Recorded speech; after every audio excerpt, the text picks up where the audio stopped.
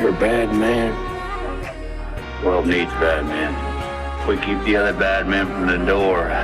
Some things are a matter of duty. The world's greatest radio show in Tennessee. That doesn't sound right, but I don't know enough to dispute. I was about to take advice from a clown who dives headfirst into the shallow end of the pool. It's Talk Sports with John Reed and Cody McClure.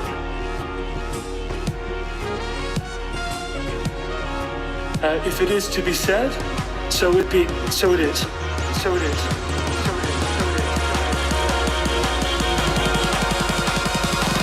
It's a Tennessee thing. Well, I'm holding on.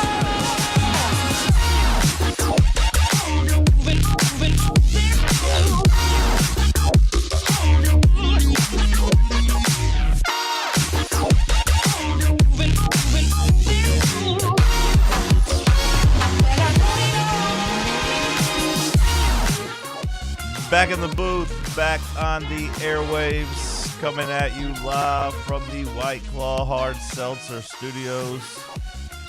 John Reed, Cody McClure, Sam Beard, Bubba.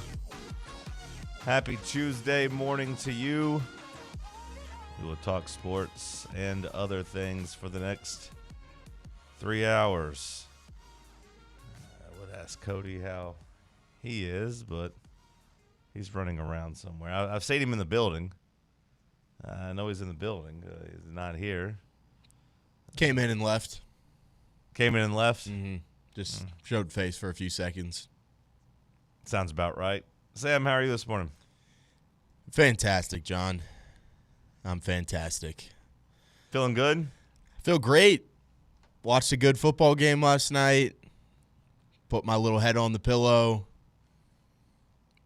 Literally, like, as soon as I was putting my phone down, Titans announced a new head coach. Wasn't Matt Nagy. It could have been anybody else in the world, as long as it just wasn't Matt Nagy, and I couldn't sleep for the next, hour after that. I was just on my phone, texting my buddies, scrolling, soaking it in.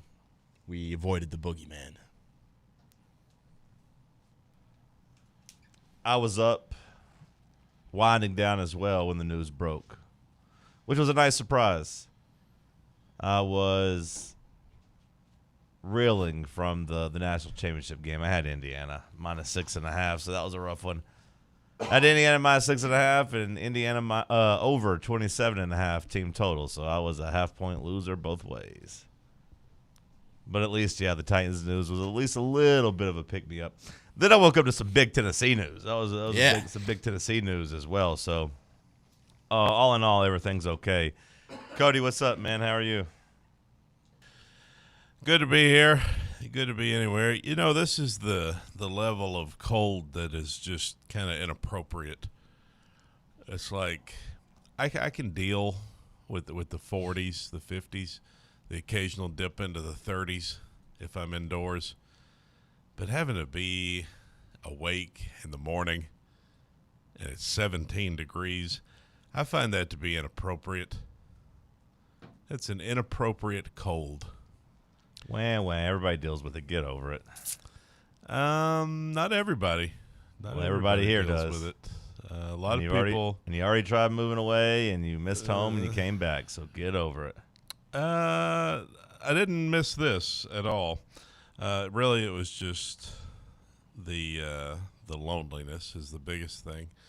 But the coldness inside your heart is worse than the cold outside. So just there's actually a lot of people who don't even consider dealing with it, which is an interesting concept. Different places around the world, but not everywhere has a Mediterranean climate. You are correct about that, but it's tough on days like this when it's 17. I got 2 words for you. Man up. Put a jacket on. It would help if the heat was on in here. That feels great in here. That would help. Heat's on. It feels okay after a couple hours of hot air being spewed. I being need blown. to get warm. I'm cold. I'm chilly. Bubba, top of the morning to you. Good morning, John. Morning. What's the latest? Made my friend watch the Skycast version of the game last night. Okay. I don't think he liked it. I loved it, though. That was with the couple on there, right? That just kept that they had. Was the Skycast? No, that was the 4K version. No. Wasn't there? I saw that video, though. Yeah, wasn't there one going viral of some couple being right in front of the ESPN camera? And then they opened their text of being on camera. Yeah. It'd been funny if they had caught a guy, sending inappropriate text or something. That would have been good, but nope, just getting text. So you watched the Skycast version? Absolutely. Okay. It's a good game. There's a couple times it looked like Indiana was going to pull away, but I give Miami credit. They kept responding. They kept making plays just enough to piss me off. I did think it was kind of cool that the game-winning interception came from a guy that was attached to Miami's last national championship heartbreak. I thought that was cool. Apparently the guy who made the interception was the nephew of the guy who had the pass interference against Ohio State, back 25 years ago. Miami hates that family.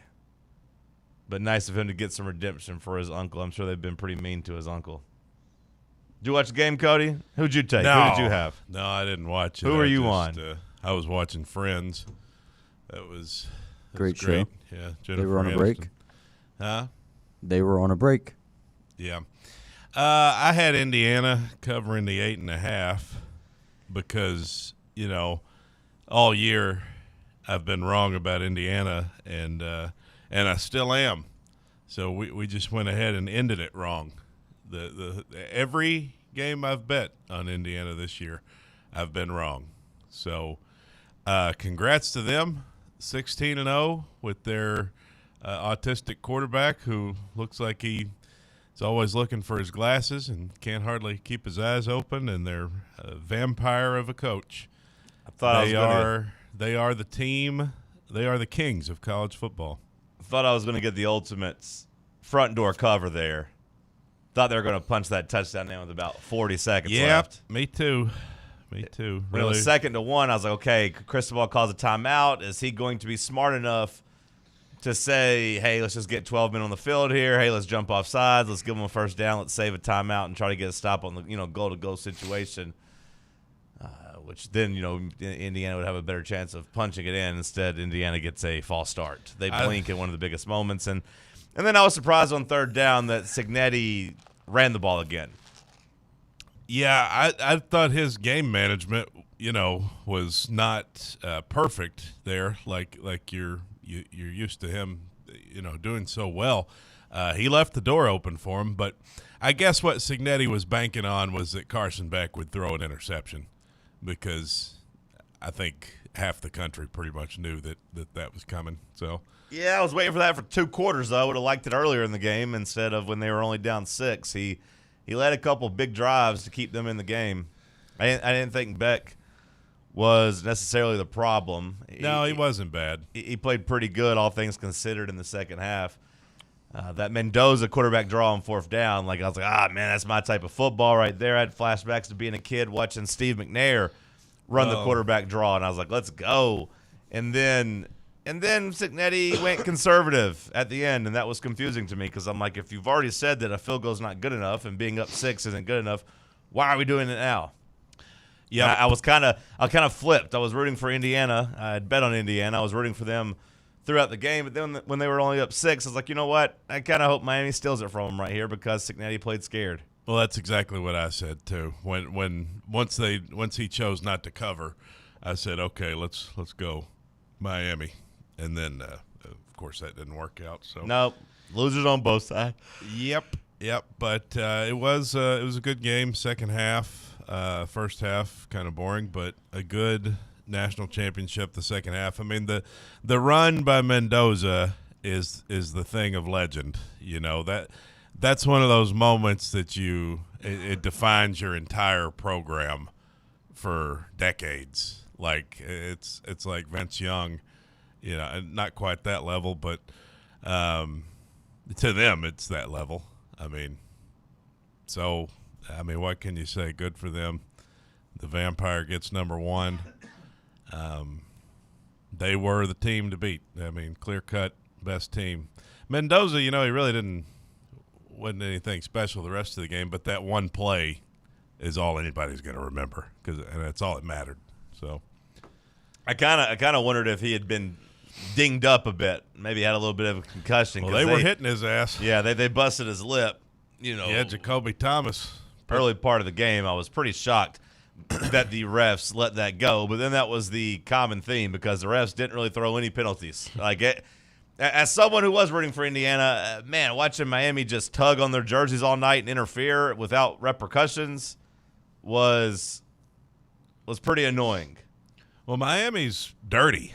I mean, those boys they were trying to send a message to Fernando. Like, they did that against Ole Miss. They got away with a couple of dirty plays, or they got penalized against Ole Miss, but they were trying to headhunt, and then, the defensive backs apparently had been coached to just hold, and let's see if they call it, and the refs never called it. And, you know, at some point, people are like, hey, I don't want a bunch of flags. I want the players to decide the game. On the other, I don't want guys getting tugged from behind as they're breaking away. There's got to be a fine line there.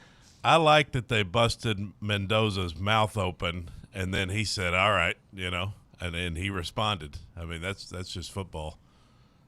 If I'm a Miami fan, I will have nightmares about Charlie Becker. Charlie B from Tennessee whipped that ass, just back shoulder throw after back shoulder throw. Yeah, that was tough for them. He was the only guy. It was him and Black. And I guess him. The two running backs, both running backs ran pretty well. I feel like that Omar Cooper guy had a couple big plays too. Okay. Yeah, maybe. Surratt got shut down. Yeah, maybe it was Surratt. Every time I looked up, he was dropping the ball. He's normally their back shoulder guy, and then I think he was getting shut down, and they're like, all right, let's just go to Charlie B. Surratt, he was one that had that bad drop on third down, right, where, in the third quarter, their momentum was switching, and the Indiana needed to respond, and boom, dropped the ball twice.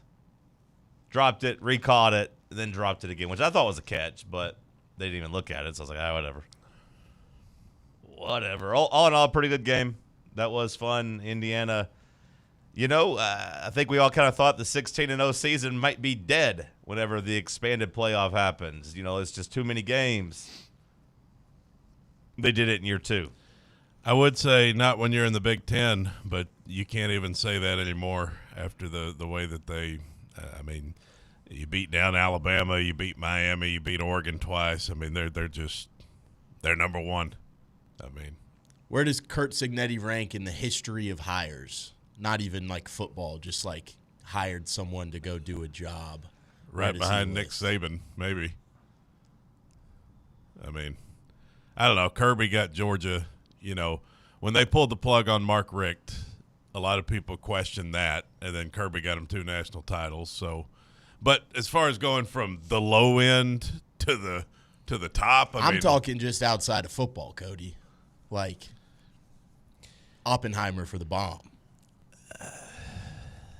Yeah, as far as going from the cellar to the mountaintop, nobody's it's one of the losingest programs in college football history. It's the biggest jump you could make.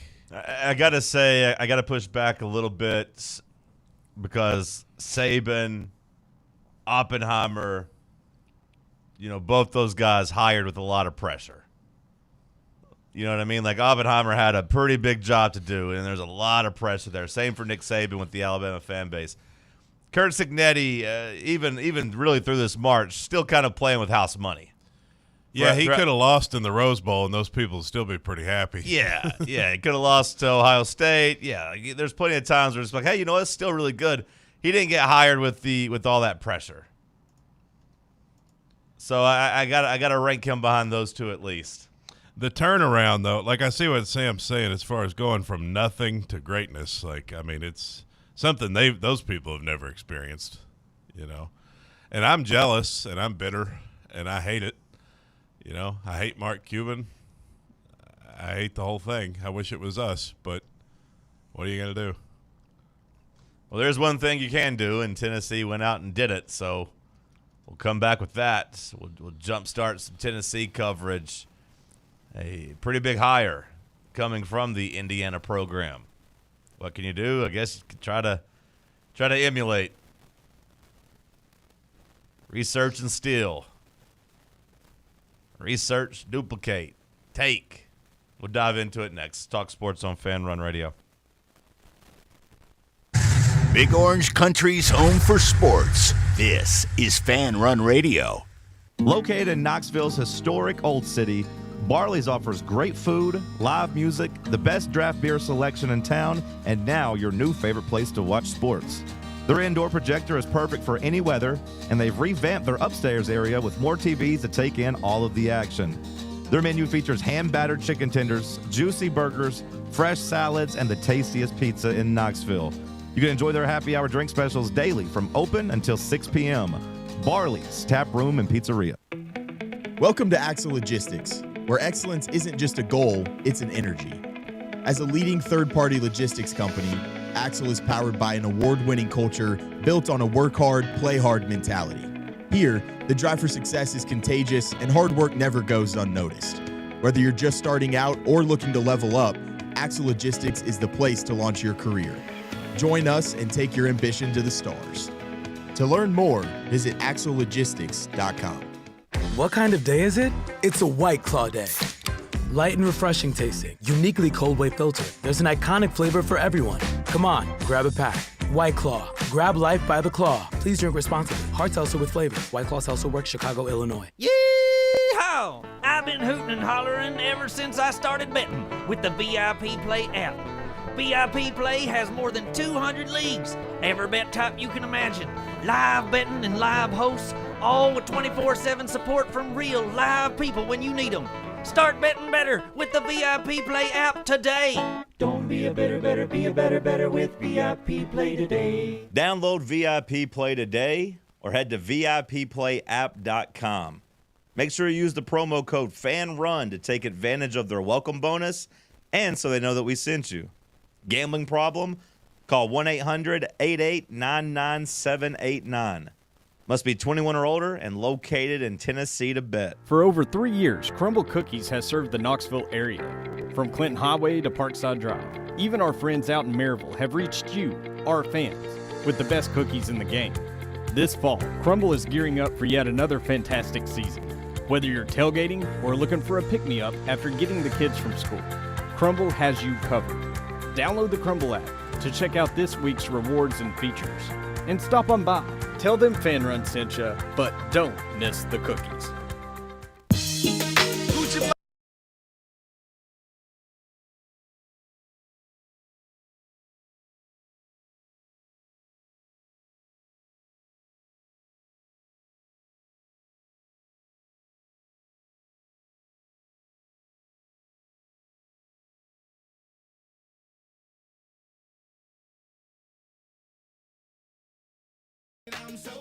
Some big hires to kick off your Tuesday.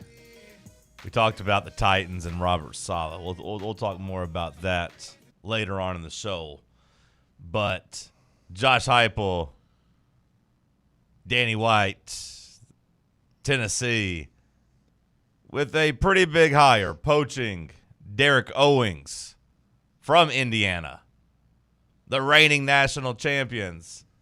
Poaching him, getting him on a plane, getting him headed to Knoxville just hours after celebrating a national championship. Tennessee reportedly makes him the highest paid strength and conditioning coach in the country, in football history, college football history. Giving him $1.2 million per year, saying, come here, get us strong, get us healthy. Cody, your thoughts? Well, I mean, that's a big move. It seems like you see what their development has been at Indiana and the fact that they had only 7 4-star recruits on their roster. A big part of development is strength and conditioning. So I'd say that's a pretty good move. I don't know why he left Indiana. I guess just because of the money. I guess we were just willing to pony up for him. Well, the money's great, but also, like, I think a lot of people, not saying you, but a lot of people always whine and complain that Josh Heupel only hires his buddies, wants to hang out with people he knows. Well, he does. Well, then you got to give him credit for hiring Derek Owings because he gave him his first big boy job at UCF, so there's a relationship there. So it is his buddy? Yeah, so it paid off that he had a buddy that was actually really good at his job. Oh. So all you people that whine and complain. What do you give him credit for? Because all you people whine and complain about it. So, like, I think when it pays off, it leads to he's still hiring his buddy. It's not like he went outside the box. Well, yeah, sure. But when it leads to when it's a good candidate, when it leads to a good hire, a universally praised hire, I think you got to give that line of thinking some credit, or at least apologize for whining and complaining about it. Well, a broken clock is right twice a day, they say. Well, sure. You know, and as Taco Bell once said, think outside the bun. I mean, I think he's made a good hire here. I give him credit for making a good hire. Okay, good. I don't give him credit for thinking outside the bun. I didn't ask you to give him credit for thinking outside the bun. I asked you to give him credit for making I'd already a good hire. given him good credit for it before you asked me to give him credit for it. So, I said, well, then I wanted you to apologize. I'm not going to apologize. There's nothing to apologize for. Because the people that always just complain if he only wants to hire his buddies, I think you gotta tip the cap when the buddy's actually good. Personal relationships, pass it on. It's nice to have friends. Go ahead, Bubba. So why is this guy good? Just because they won the Natty last night, or development? I mean, I think he gets. It depends on where you want to look at. Do you want to look at overall wins and losses? 64-9 during his time, 6 seasons, 25 All-American selections. When you look at his time in Indiana and James Madison. Well, I think a glowing endorsement of this strength and conditioning coach from me would be you took a bunch of guys from James Madison's roster and you made them into national champions. To me, that's a pretty damn good job. And, of course, that's not all him. Sure. Signetti is a great coach, and they got other guys, position coaches. I remember Mendoza went on McAfee, though, and he was, praising that strength staff, talking about how when he got to Indiana, he was, 25 pounds lighter, but they made him faster and more agile, too, and stuff like that. Said they essentially put 20 pounds on Mendoza pretty immediately and put him in a system under a regiment that had him weighing in weekly and that he had to be at least 225 pounds. They made him keep the weight on. And George McIntyre, step right up. Also kept the speed and agility, as you saw in that quarterback draw last night. So there's that. There's also the Big Ten availability tracker that if you look at in the Big Ten, Bubba, a total number of missed games in the conference. Do you know the team at the very top of the list? With the most athletes missed? Yeah. I'm going to say Oregon's at the top with the most injuries. Rutgers. Do you want to know who's at the very bottom of the list? I hope it's Indiana. Indiana leads the way in terms of keeping their guys healthy and available. Give me some good news. 49 total games missed compared to Rutgers' 233. 12-game average, Rutgers had 19.42. Penn State had 18. Almost 19 guys. Indiana only misses 4, basically had guys missing 4 games. I don't want to discredit this guy because I do think he obviously has a huge play in that, but wasn't there Signetti, his whole thing is he really practices light. Yep. Those guys don't really do too much. And I was going to say, now you hope, and my hope is that you are going to have a Signetti kind of rubbing off on this guy and kind of him taking some of that Indiana model and bringing it to Tennessee, because I watched a lot of stuff with him, and there's another one where he's talking with an Indiana reporter about how they actually get faster through the season and how he has guys hitting their speed PR in October and November, whereas other teams are kind of breaking down and getting tired. He talks about how they do things differently, and he does talk about Signetti's light practices there. Signetti famously talked about, hey, we only pretty much practice for an hour. Other than that, We're doing walkthroughs. We're doing all this other stuff. We're not doing a bunch of hitting throughout the week. We want our guys to be mentally prepared and physically fresh. So, like, yes, I'm not giving all the credit to him. I don't think you can in any way. Like, when you look at the overall record, Cignetti gets a big part of that, of course. When you look at the All-Americans I talked about, Cignetti gets a big piece of that, of course, and the availability factor and keeping guys fresh. That to me is both people working together. My hope is that he then comes here and kind of changes Josh Heupel and helps. Between Jim Knowles and Owings, you hope that like there's a new toughness about this program and a new mentality that doesn't have your quarterback at the end of the year saying, hey, we don't practice good enough. Well, that's what I was going to bring up, because that sounds like kind of the opposite. They practice light. Isn't that kind of what we did? Is we didn't practice hard enough? No, we practice lazy. There's a difference, in my opinion. Like, there's a difference between practicing light and practicing lazy. You don't have to be out there practicing hitting each other in the head for 2 hours to feel like you had a good practice, especially if you're not paying attention to details. You know what I mean? Like, I subscribe to you can get your work done quicker and better. There's no reason to just sit around and just pretend like you're working type of thing. Like, get your work done, going about your day.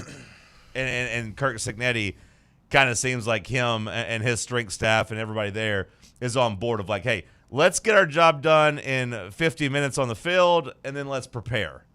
Whereas Tennessee is just out there being sloppy on the field for 2 hours, not really actually getting anything done. Well, I don't know if that comes down from the top or if that's, just Heupel's way of practicing. Maybe these guys will give him a different influence, and Jim Knowles, with the experience that he's got, you would hope that he'll have his own way of doing things and give maybe some pointers to Heupel about how he likes to practice. Does it concern you that he's going to be hungover for the first workout that he administers to our team?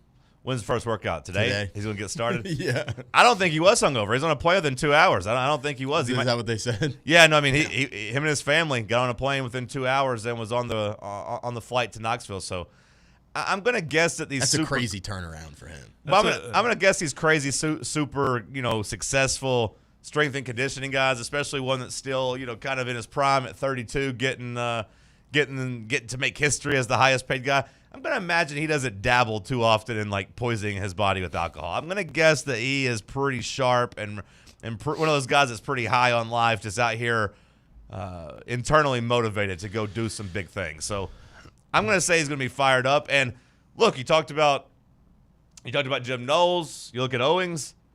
If you can't get a team to buy in and respect these two guys who largely responsible, or at least big parts of, maybe I shouldn't say largely responsible, big parts of the back-to-back or, the last two national champions, Jim Knowles at Ohio State and this guy, Derek Owings with Indiana, if they don't come in and kind of, command some respect, then we got some problems. Now, what I will say is that, Tennessee, it's not like in the past when you used to make these big hires.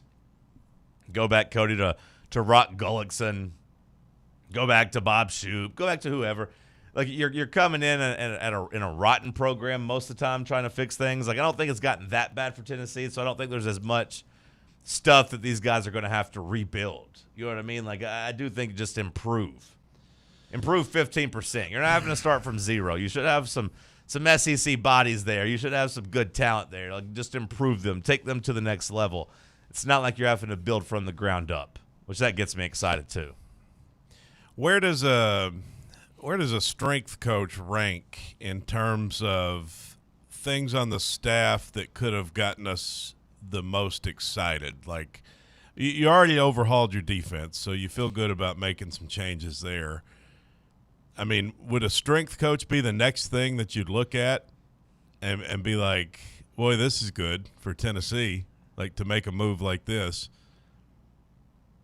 Well, you tell me. Well, I said yesterday You're- it'd be cool to bring Sam Pittman in as your O-line coach. Okay, because I was going to say, you're on that side of the internet that just whines and complains and tweets at No, Danny. I'm not on that side of the damn internet that whines and complains at Danny. So you and your people that put your words back in your mouth, because I don't do that. So you and your friends who all hate Danny, I feel like DC and strength and conditioning coach was at the top of the list, right? Well, I would say, offensive coordinator. People wanted a new one, but I don't think it was as high on the list. I guess you just, you trust Heupel to run his offense, but that warm body that he's got as his offensive coordinator, I'd like to see a change there from, I don't even know the guy's name, Halsley. But, I think strength and conditioning coach, it's not something you think about too much until you do, right? Until your guys are getting hurt and you've obviously got some kind of issue in the program. Your team's a little bit soft. And that was the talk after the Vanderbilt game is, Tennessee, we've just gotten a little bit soft. We need to get tougher. And I think you give a strength coach a lot of credit in that regard. So I'd say it ranks pretty highly. According to Ed, he writes in the press conference last night, Curt Cignetti mentioned the strength and conditioning coach at least 4 times and how critical he was to Indiana's success. Well, that's good. According to Ed. That had to have been a surprise to him, right? To Cignetti, as him and the team are smoking their cigars and sitting there with a little bit of a buzz. And I feel like for the deal to be announced just right after the game, surely there was some sort of inkling out there. I don't think he burns that bridge of just I'm going to leave after this national championship and not tell Cignetti until it's over. I would imagine that although I'd be scared to tell Cignetti before the national championship, hey, by the way, this is my last game. I'm leaving. See you bye. Yeah, I'd be pretty. He'd be ready to sink his teeth into my neck. I'd be pretty afraid about that, but I'd also be terrified of crossing him. You think he had a garlic clove on when he told him? I would. I'd have a wooden stake and a garlic necklace. Which, if that is the case, to me that makes it even more impactful if Cignetti was praising the strength and conditioning program, even knowing that this guy was leaving. You know what I mean? I can't imagine he packed up his bags and left while Cignetti was doing the press conference. Yeah, I mean, he probably told him beforehand. But I wonder if it was still a surprise, though, of why is this guy leaving? It's kind of funny, but it's if you're Curt Cignetti, you're really? You're leaving me to go to Tennessee? You're in Indiana and you want to leave to go to Knoxville? Ugh. Which credit to Curt Cignetti because he did change that formula, that equation over the last 2 years. You're going to coach with that fat slob.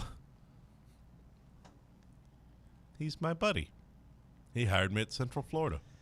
Yeah, I mean, Heupel gave him, they had some time at UCF in 2018 where he was the assistant director of sports performance. So that was kind of his first go round, in terms of getting to be one of the main guys in a program. Maybe there's just some loyalty there. And also, hey, we're going to they're going to make me the highest paid coach and give me a long contract. You going to do that? And maybe Indiana balked at it. I don't know. Well, it should be a good addition to the staff. No, man, it gets me fired up. So what happened to our strength coach? He's just looking for work now, I guess. Yeah, both he and Matt Nagy kind of got left out in the cold. Matt Nagy's like, hey, I left the Chiefs. They replaced me at OC. I thought you were going to give me this job, buddy. What the hell happened? And now he's just looking around and he doesn't have a job anymore. Whoops. He'll land on his feet.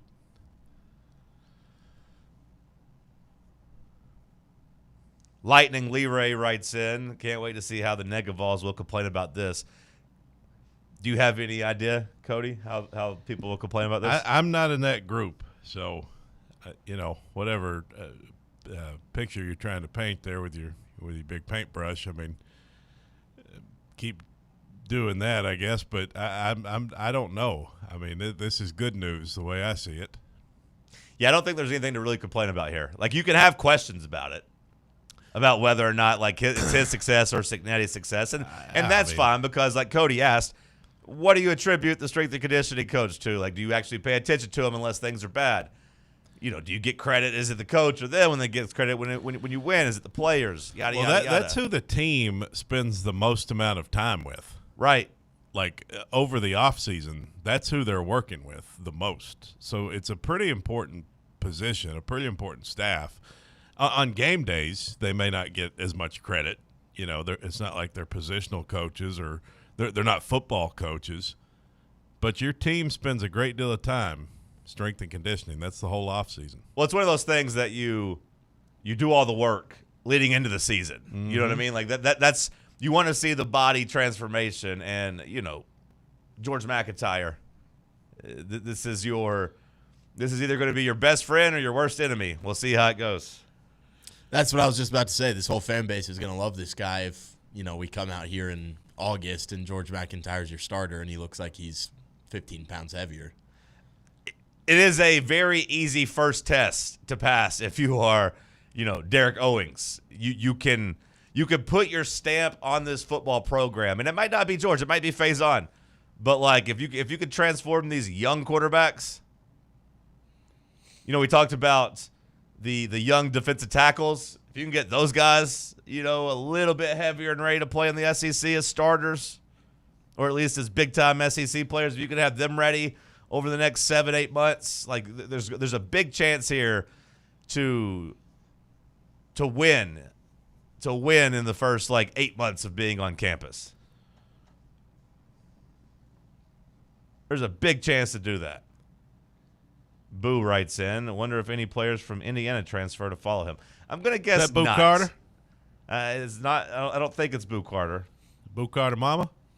But I'm going to guess that he doesn't bring any Indiana players with him. I imagine they'll want to stay. That'd be nice. I'd imagine they'll want to stay with the national champions and with Kurt Cignetti. Bring Charlie Becker home. Has he got any eligibility left? He's just a sophomore. That guy's a stud. Bring him home. I think red shirt maybe. Okay. Well, I mean, red shirt sophomore. He's not one of the super old guys they have. It's going to be really interesting to see what Indiana looks like once some of these guys are gone. I mean, Mendoza's gone, obviously. They lose a couple other key veterans, but they're bringing in Josh Hoover from TCU. I wonder if this thing just keeps rolling. I would think that it takes a little step back. You know what I mean? I don't imagine they're going to go 16-0 again next year. Yeah, I wouldn't imagine they'd go 16-0, but so that had to be a little bit of a step back. But I've been saying it the last month. I buy into them as now right there with Ohio State as the two best teams in the Big Ten. Yeah, I mean, I feel like they're probably going to be a playoff mainstay, given the state of the Big Ten outside of them, Ohio State and Oregon. Yeah, to me, they have legitimized themselves tier 1. I mean, maybe Michigan gets back in the mix, but USC, I mean, they're pretty much irrelevant. Penn State's going to be pretty much irrelevant. Shockingly, Penn State was ranked ahead of us in the preseason polls. I was surprised Penn State was still getting top 20 love. I saw in ESPN's way too early last night. They did have us at 24th. So okay.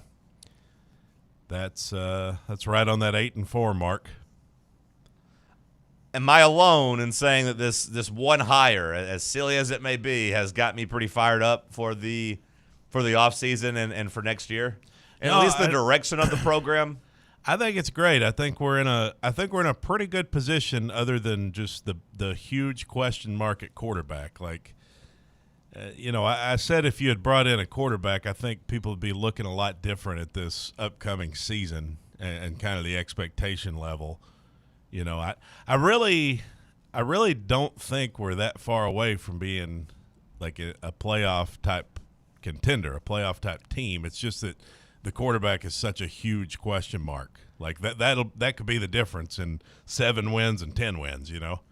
Does it slow you down a little bit to see what Austin Price said about the hire? Sam, did you see this? No. What'd he say? Cody, did you see it? I'm gonna No. Yeah. I'll give it to you after the break. We'll continue the conversation because to me, he made a statement that at least like raised my antennas a little bit. I'll read it to you guys after the break, and we'll see what you think. Stick with us. Let's talk sports on Fan Run Radio. Can't get enough Fan Run Radio? Download the free Fan Run app and take the best Tennessee sports conversations with you wherever you go.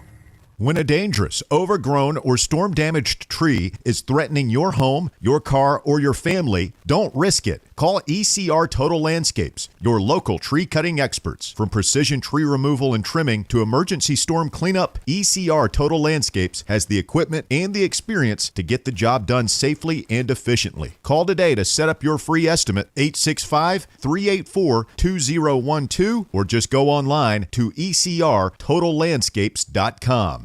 My name is Ariel. I moved to the U.S. at 19. I spoke no English and I struggled finding job opportunities. Everything I have, I owe to the Adult Literacy Center and getting my high school diploma at age 22. It was an honor helping you achieve your greatness. Now you're helping others achieve theirs. It inspires me. When you graduate, they graduate. Find free and supportive adult education centers near you at finishyourdiploma.org. Brought to you by Dollar General Literacy Foundation and the Ad Council.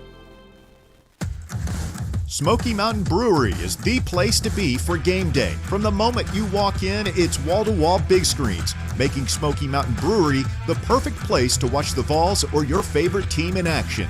With locations in Turkey Creek, Maryville, Pigeon Forge, and Gatlinburg, you're never far away from a great time at Smoky Mountain Brewery. Try one of their world-famous microbrews like Black Bear Ale, Mountain Light, or Cherokee Ale. Juicy burgers, wings that bring the heat, and delicious handmade pizzas made with hand-tossed crust from the freshest ingredients and their own special sauce from a secret recipe, topped off with hand-grated cheese and farm-fresh toppings. And don't forget, those famous microbrews are also available in kegs for your next party or in 6-packs and growlers to go. So grab your crew and head to Smoky Mountain Brewery and tell them Fan Run Radio sent you. Smoky Mountain Brewery. Eat local, eat good.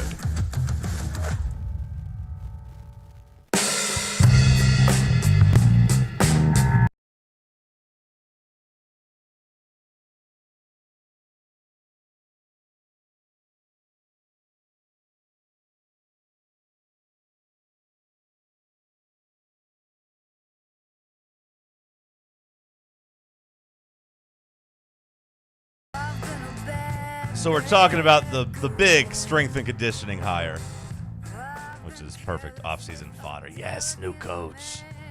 Let's talk about it for 45 minutes. But this quote from Austin Price did at least raise my eyebrows that I don't really have, that are really light. With the investment into the strength staff and the defensive staff, I think it would take a colossal disaster next season for there to be change. AKA, hey, guys, Josh Heupel is going to be safe next year unless there's a colossal disaster. When you hear that, is that 6-6? Is that a colossal disaster? I don't know. When you hear that, what does it make you think? Makes me wonder what that means record-wise. To me, colossal disaster, yes, 6-6 at the very most. 6-6 or under 500 is what I think registers as a colossal disaster, and I don't know if 6-6 is. I don't really want Josh Heupel to be on the hot seat because I think I like Josh Heupel as our coach.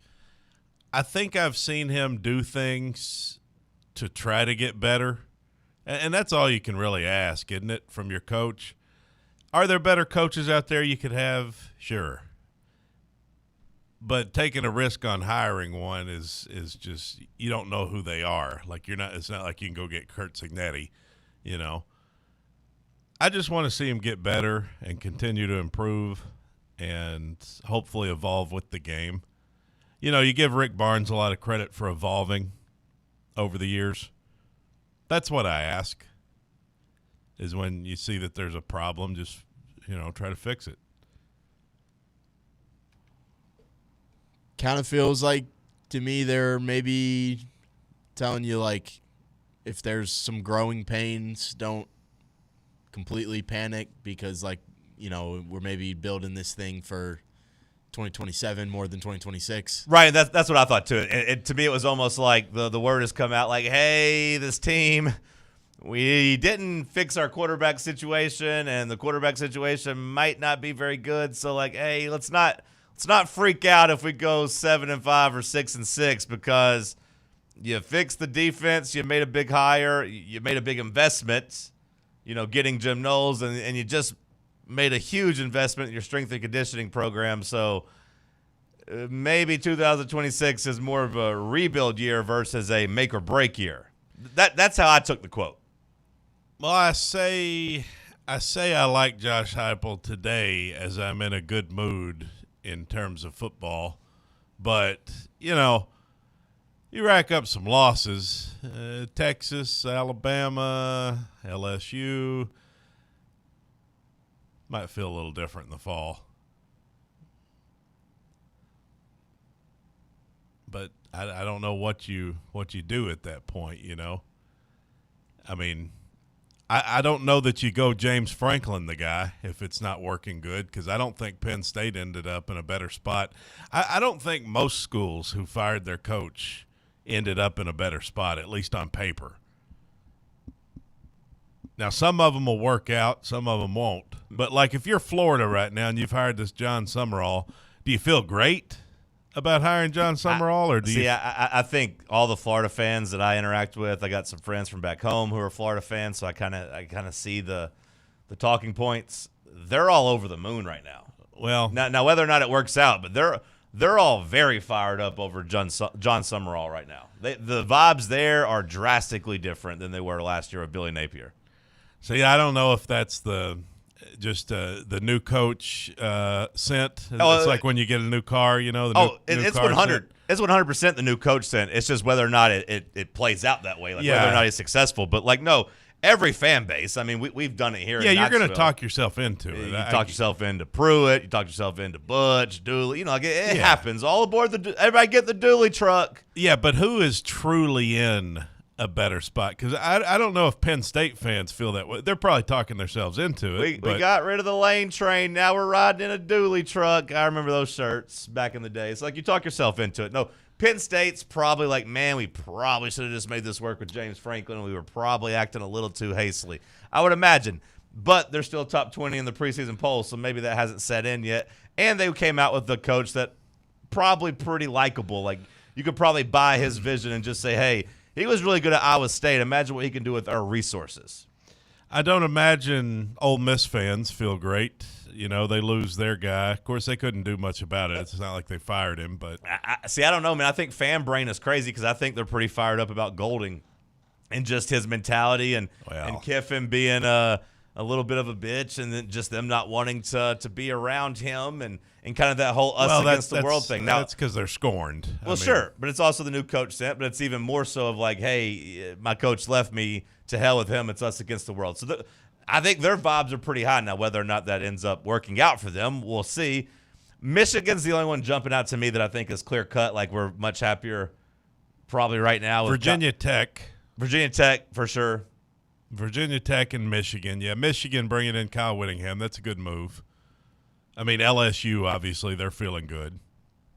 Now as Lee Ray writes in on the chat, those same Florida fans that were happy about John Summerall were calling Billy Napier Bugatti Billy a couple of years ago and thought that he was going to, you know, take them to the promised land. So, like, you know, we do this as fans. I think every fan base probably has some real excitement, and Arkansas probably not. Like, Arkansas fans are probably like, what the hell? They've had it beat out of them. Yeah, they're like, whatever. Who cares? Who gives a damn? Yeah, they're just focused on basketball. Kentucky fans, I'd imagine, pretty pumped up right now. Will Stein. Yeah, I would say Will Stein not being Mark Stoops, and just simply not being Stoops is good enough to get somebody fired up. But then you bring a young, innovative guy in, then you spend some money in the transfer portal, and bada boom, bada bing, you're the next Indiana. Well, the thing is, I mean, the whole point here is, like, you want to have program stability. And that there's a fine line of having stability and then also just getting locked into that 8 to 9 win range where you can't do anything, and you just you end up going to the Music City Bowl and the Belk Bowl and making your rounds to the Gator Bowl, and you want to be competing for the playoff, but you want to have a coach who's good enough to consistently be in the mix. Not every year is going to be great, but I wonder how our fan base would take back-to-back years that don't have a lot of great moments, Like, are we going to run him out of town if it's 7-5? Brian writes in, if Josh misses the playoffs, he will be fired. Okay, well, and see, there's a lot of ways to look at that, and I understand that angle of it. I don't buy that personally, Brian. Just simply missing the playoffs. Like, I don't think 8-4 gets Josh fired. It seems as if Tennessee. Now look, there is a flip side of this conversation. Not to play devil's advocate to myself, but like I do see the other side of it where you're saying, hey, we gave you a new strength and conditioning coach. Hey, we wouldn't let you go and get a new DC. We invested on this defense. Yada, yada, yada. We're giving you everything you need. Be successful, or else we're going to fire you. I understand that. I just don't think it's a one-year situation, a one-year trial run. Like Sam said earlier, feels like you're gearing up to like be an actual championship contender by 2027. Well, is one off season enough to implement what you want to do? Man, I don't know. I know he brought a lot of guys with him, but the turnaround, at Indiana in 1 year, and just in the weight program in 1 year, and getting those guys, toned up differently and running differently and hitting their PRs and speed in October and November, and just kind of changing the culture there.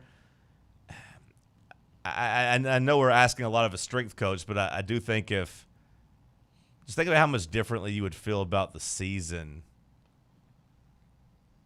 and think about what it would do for the fan base is if in 7 months George McIntyre's gained 25 pounds. You know what I mean? Like, yeah. And that's what Mendoza did. Now, Mendoza's older.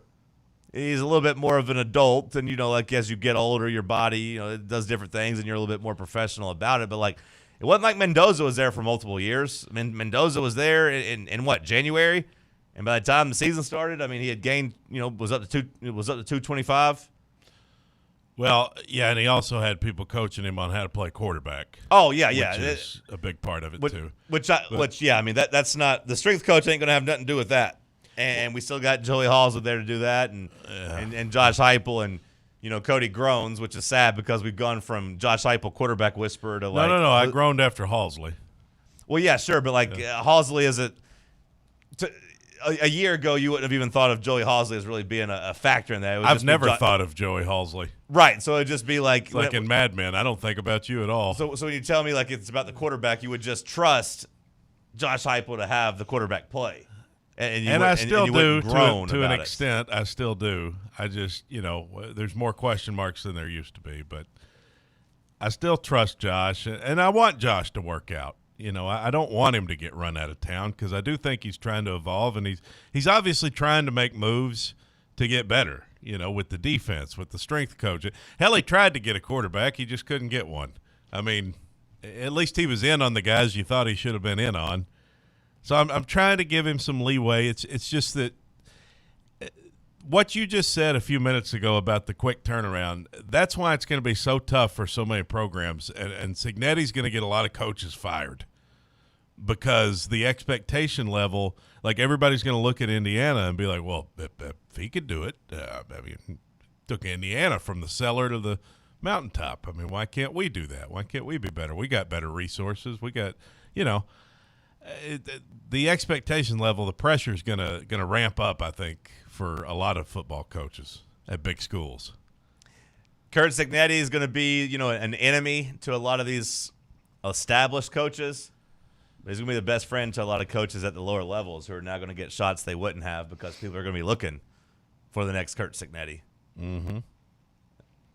Yeah, Dabo, you're on the clock. Yeah. We're gonna run your ass Kalen out. DeBoer, you're on the clock. Heupel, you're on the clock. I mean, yeah, a lot of these guys.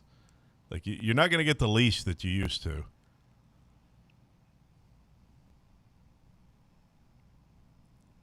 I'll be interested to see what he can bring from Indiana with him. And like I said, mentality, coaching habits, whatever. Like, I want to see how much of that we can inject into our program. At the very least, though, this is one of those hires that you look at and you just say, hell yeah, that's a big boy hire. You know what I mean? Like, it's one that raises attention and gets applause around the country. Does that mean it works out? No. Does it mean it's going to be a big impact? Not necessarily. But it's one of those perception hires we talked about. Same as Jim Knowles. Like, it might not work out, but it's one of those that you look at and you can say, hey, we tried to make the right moves. Our process was right. Results, they may vary. But like Cody is saying, Josh Heupel's trying. He's trying to kind of shore up the deficiencies in his program that we highlighted. Hey, you don't like Tim Banks? Here's Jim Knowles. You guys respect him, right? Hey, you think the players are a little too soft and weak? Okay, here's a national championship strength and conditioning coach. To me, those are statements. I applaud them. And as much as all that is true, too, like, at the same time, if it doesn't translate to wins on the field this year, like, it's going to be an interesting roll of the dice, you know. Because nobody's going to be thinking back to January and, well, hey, we hired that strength coach, so we got to give this time to develop. Nobody's going to be thinking about that in October if you're sitting there at 4-3 or whatever you are, you know what I mean? Oh, sure. So it's going to be I don't know. Would you rather, if I gave you a choice, would you rather have the strength coach that we just got or Joey Aguilar cleared for one more year? Basically, would you rather have the maybe short-term success versus success 2 years down the road, I guess? It's kind of what the – I mean, I understand what you're asking. I don't know how impactful the strength coach will ultimately be. Same as I don't know if, like, Joey Aguilar would be enough to, like, actually get us to the playoff and do anything in them. Mm-hmm. To answer your question from a macro level, I prefer to make moves that hopefully improve the program years down the line or 4 years down the line, you know what I mean, versus putting a Band-Aid over it. Yeah. Like getting the strength and conditioning part right, if this guy is a home run, does more for the program than Joey Aguilar coming back. If he makes a big impact. So, like, yeah, I don't know if I can answer that one in a vacuum, but just from an overall level, I would rather do something that makes it healthy and build something for the future. Hour 1 in the books. We'll kick off Hour 2 with some headlines. Cody's got some news for you coming up next. Stick with us. The flagship station for Tennessee football. Fans. Fan Run Radio. Running a business, coaching a team, planning your next big event, you need more than just gear. You need SM Athletics and Logo Solutions. Custom uniforms, branded apparel, promotional products, done right, done fast, and built to show off your brand with pride. From local businesses to high schools to major universities, SM Athletics is trusted by winners. Get real service, get real quality, get noticed. SM Athletics and Logo Solutions, where your brand comes to life. Visit smathletics.com and let's build something great together. Blackford Veterinary Surgery Referral specializes in surgeries not regularly performed by your pet's general veterinarian. They're currently accepting referrals from vets all across the country. With their newly renovated state-of-the-art surgery center and highly trained staff, clients can rely on professional and thorough care. If your vet says that your pet needs surgery or rehab, ask for a referral to Blackford Vet and let them get your best friend back on its feet. Located conveniently in West Knoxville. For more information, visit blackfordvetsurgery.com. You're listening to FM 105.7 and AM 1340, WKGN Knoxville, and W289CU Knoxville, Fan Run Radio. Hey Vols fans, Cody Brown here. I grew up right here in Tennessee and know what it means when someone says, I've got your back. That's why you can trust Farm Bureau Insurance of Tennessee. Whether it's your home, your vehicle, your family's future, or the business you built from the ground up, we will show up for all of your insurance needs. We are Tennesseans who understand what matters, which is doing right by you. Insurance is not all about just paperwork and policies, but it's about the people we insure every day. So if you want insurance that hits home, give me a call at 865-992-3871. Go Vols. Yee-haw! I've been hooting and hollering ever since I started betting with the VIP Play app. VIP Play has more than 200 leagues, every bet type you can imagine, live betting and live hosts, all with 24/7 support from real live people when you need them. Start betting better with the VIP Play app today. Don't be a better, be a better with VIP Play today. Download VIP Play today or head to VIPPlayApp.com. Make sure you use the promo code FANRUN to take advantage of their welcome bonus and so they know that we sent you.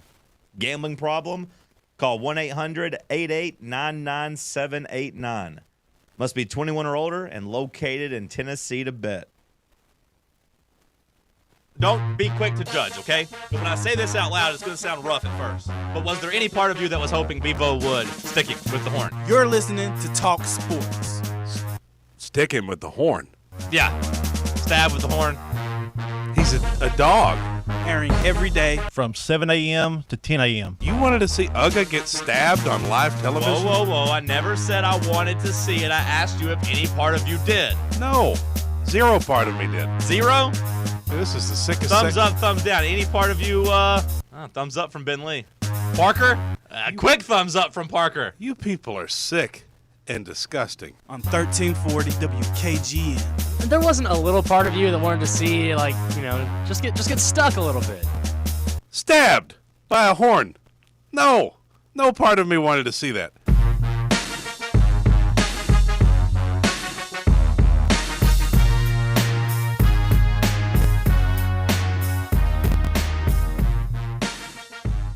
Hour number 2, kicking off in the White Claw Hard Seltzer Studios. Drink the light, refreshing White Claw Hard Seltzer.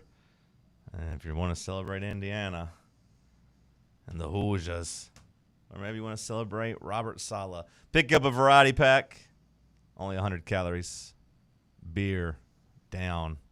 Seltzer stock up. Cody McClure, his stock is up. Give me some news, newsman.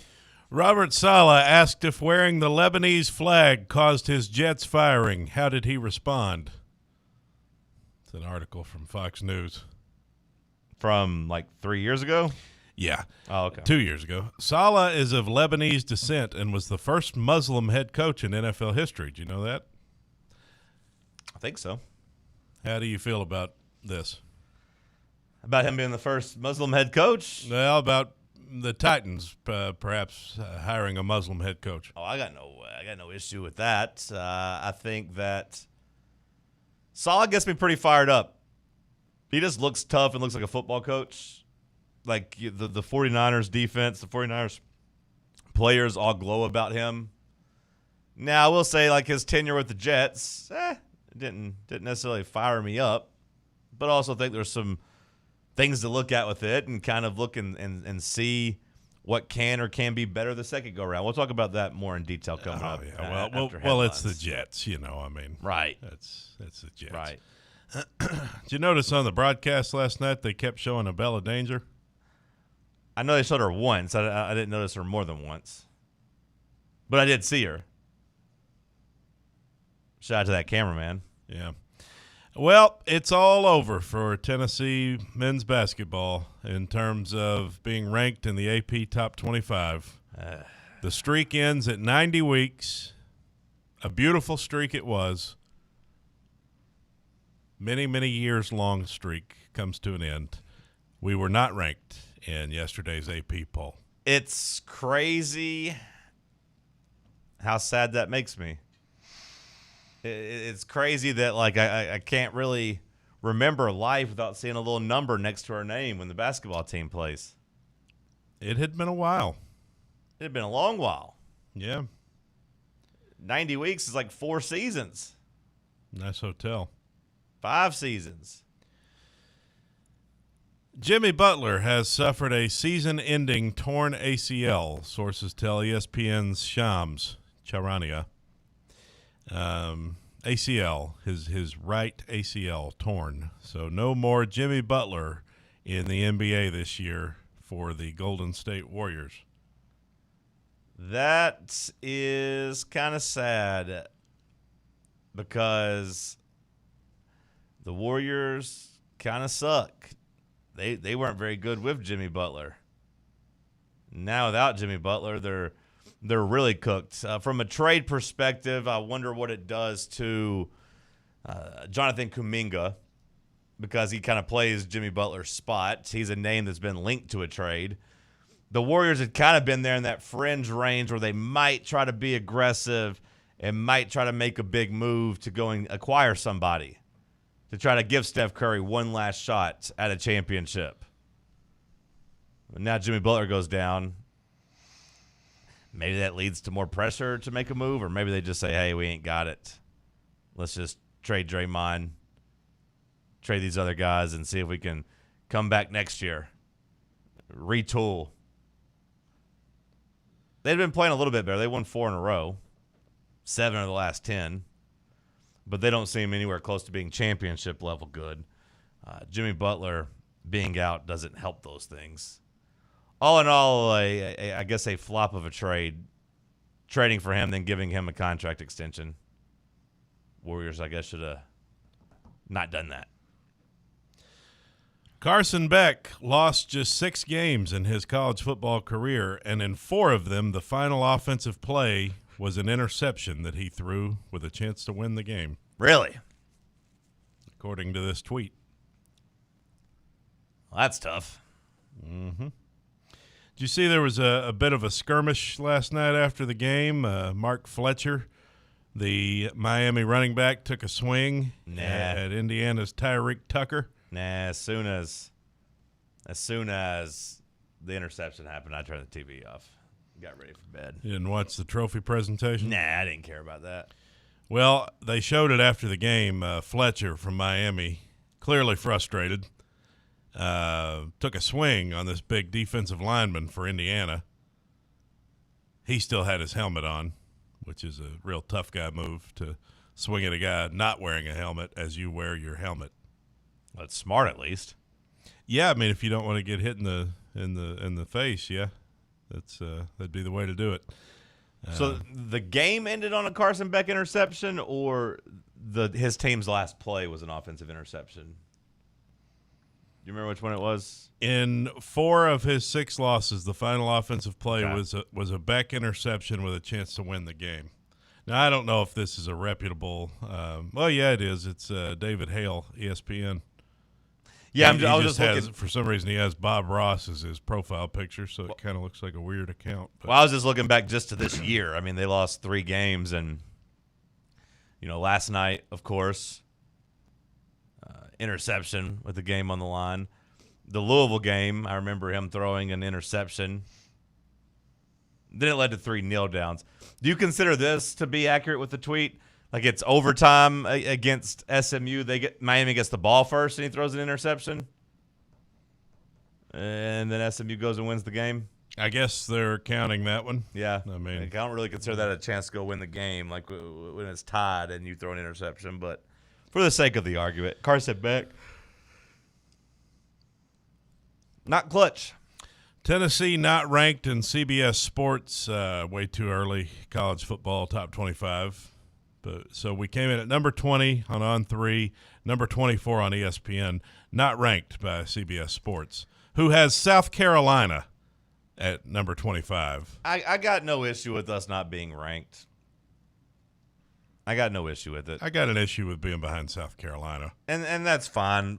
I'm just not going to get up in arms about it because we're splitting hairs. Yeah, I mean, I'm not going to throw a fit or anything, but, yeah. President Trump was at the game last night. He released a statement ahead of the game congratulating both teams on their pursuit of a national title. At its best, college football reflects our timeless American values of family, freedom, unity, and hard work, and represents the pinnacle of our national spirit, says Trump. I'm going to say it's probably his PR team saying that. Or maybe he said it. I don't know. It's a pretty well-crafted statement. Could I interest you in a transfer portal quarterback? For Tennessee? Yes. You mean like we got one, or you're saying like there's one in the portal? I'm saying as of an hour ago, there's a new one in the portal. Oh. And he's got a pretty good bloodline. Mendoza from Indiana. Oh, damn. I thought you were about to say Arch Manning. No. Alberto Mendoza, the younger brother of Fernando, plans to enter the transfer portal, says Pete Nakos. Do we think that he'll ever be any good? Because, I guess Signetti doesn't play with emotion, but, like, man, like, you can't give my little brother a chance to be the quarterback after I win you a natty? Like, you went out and got Josh Hoover immediately? Like, damn. At this point, I'd take him. He's been linked to Georgia Tech. Oh. So we might be playing him. Okay, then. So is it over for us? I mean, we're going to ride with what we got? Yeah.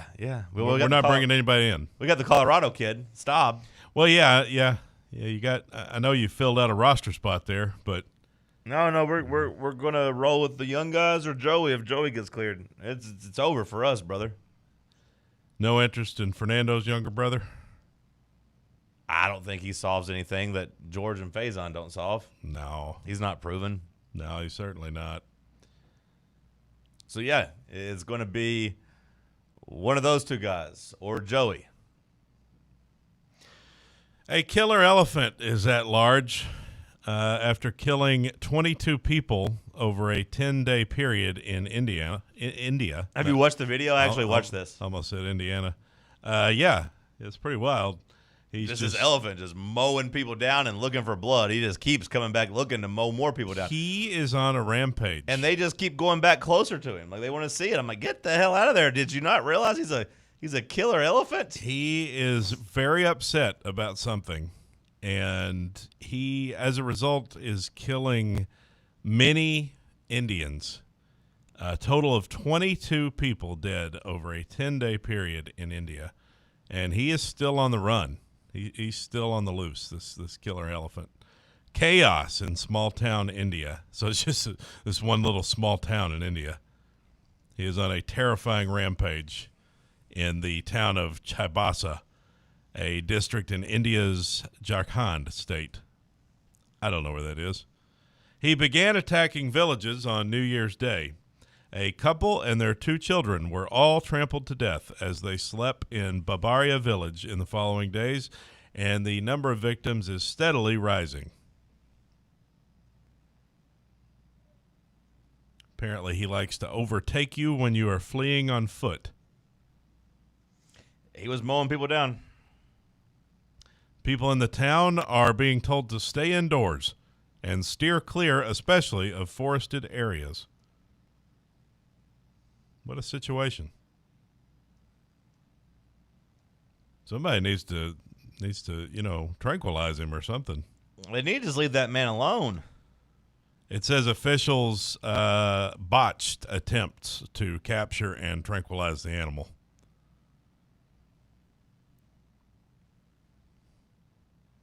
But they did, it says they did briefly drive him into a neighboring town, only for local staff to force him straight back to the town he came from over safety concerns. How about that? Officials believe he is a sub-adult male and maybe lashing out, trying to find his way back to his mother's herd. Other officials believe the young bull is in his mating phase, says the BBC. How about that? Nick Saban trolls the Big Ten over why it has an NIL advantage over the SEC. In this day and age of the culture we have now in college football, paying players with NIL transfer, it's an advantage for the Big Ten. You'll never convince me otherwise with the North, because people in the South would not go to the North unless you paid them. So a bit of a troll from Saban. I mean, he's not wrong. in the sense that, like, it does make guys overlook their desire to be in the South when it's like, hey, I can go make a lot of money and play where it's a little bit colder. Yeah, sure. But I think it also ignores that maybe that, the SEC was just paying players beforehand. You know what I mean? Like, or paying players more prevalently than the Big Ten was. Not saying the Big Ten was always clean, but, like, the idea is that the SEC was paying players well before, including Nick Saban and all of his cars. I think Saban makes a good point, though, that the talent is still coming out of the South. It's just that now the northern schools are paying them to come up there. So, and last headline, Paul Feinbaum calls Indiana's championship, quote, a cute story. Wait, what? He says what? Paul Feinbaum calls Indiana's championship a cute story. Cute? Mm-hmm. What is this beef with Indiana? Didn't he say that, like, if a Big Ten team wins a national title this year, that he's going to, like, quit? He said he would do something. I don't remember what it was. He has had a vendetta against Indiana all year. Does he have, like, beef with Cignetti? Because, like, Cignetti is time at Alabama. Like, it's very weird. A cute story overshadowed by the NFL. Is he trying to do, like, a bigger thing about how they need to move the calendar up or whatever and not be overshadowed by the NFL? Okay, if that's the case, if he's doing some performative art, some satire to try to like drive home a point, I'll listen. But I don't think you should downplay what Indiana done as cute. That seems wildly disrespectful. That's 3 straight titles. 3 straight titles for the Big Ten. It'll be a cute story, and it will get some attention on Tuesday morning, but it really won't get that much. It's all about what's next in the NFC and AFC championship games. Okay, well, I mean, I don't necessarily think that's wrong, but I mean, like, we paid a lot of attention to it last night, and we'll pay a lot of attention to it this offseason and leading into next year. It's not going to rewrite history. He references BYU's national title back in the 80s. Says when BYU won it in 84, they won it in the Holiday Bowl 4 or 5 days before the other bowl games happened, so nobody really said, oh, wow, BYU just won the national championship. I don't think that's quite the same, Paul. No, that was 42 years ago. Yeah, that's your analogy there is not really hitting, brother. 1984 was 42 years ago. Isn't that something? 42 years ago. Wow. Oof. Yeah. That'd be like it's the year 2000 and us talking about something from 1958. Isn't that wild? Like when you compare it that way? Because like the 80s doesn't feel that long ago, but it is a long time ago. It's 42 years ago. Did you see the Adidas CEO last night? He was wearing a split Indiana Miami jersey with matching shoes. He had one side of his body was wearing red Indiana type of shoes. The other had the orange and green Miami type of shoe. Adidas representing last night in the All Adidas National Championship. And he was wearing half of each. Yeah, that's what he's wearing. That looks with his shoes. I mean, it looks ridiculous, but looks like a real douchebag. But he's driving home the point of people ask him about it. What's the deal? Oh, I work for Adidas. I too am wearing Adidas today. Yeah, Adidas Championship. Yes. You got the 3 stripes. You're ready to go. Yes, I'm wearing a Tennessee Adidas hoodie. It all comes full circle. I've had this for well over 10 years. So it all works out.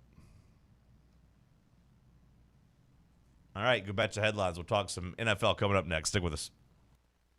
For the fans, by the fans, this is Fan Run Radio, Knoxville. Welcome to Axle Logistics, where excellence isn't just a goal, it's an energy. As a leading third-party logistics company, Axle is powered by an award-winning culture built on a work hard, play hard mentality. Here, the drive for success is contagious and hard work never goes unnoticed. Whether you're just starting out or looking to level up, Axle Logistics is the place to launch your career. Join us and take your ambition to the stars. To learn more, visit axlelogistics.com. Vol fans, reimagine your home at Broadway Carpets and Flooring for any remodeling or building needs. With a variety of carpets, rugs, hardwood, vinyl, and stone, Broadway has all the flooring and installation options you're looking for, including pet-resistant products like Pet Perfect Carpet from Shaw Floors.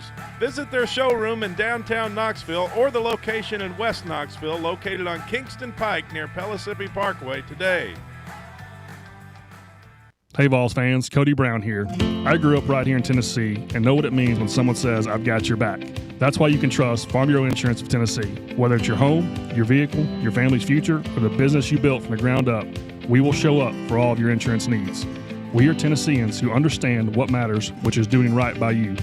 Insurance is not all about just paperwork and policies, but it's about the people we insure every day.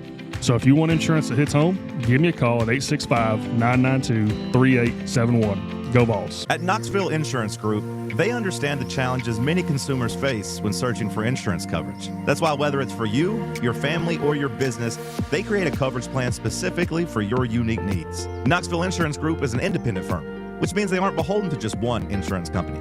They search multiple companies acting as your negotiator to find you the best possible policy and price. Start a quote in minutes at KnoxvilleInsuranceGroup.com or call them today at 865-694-9788.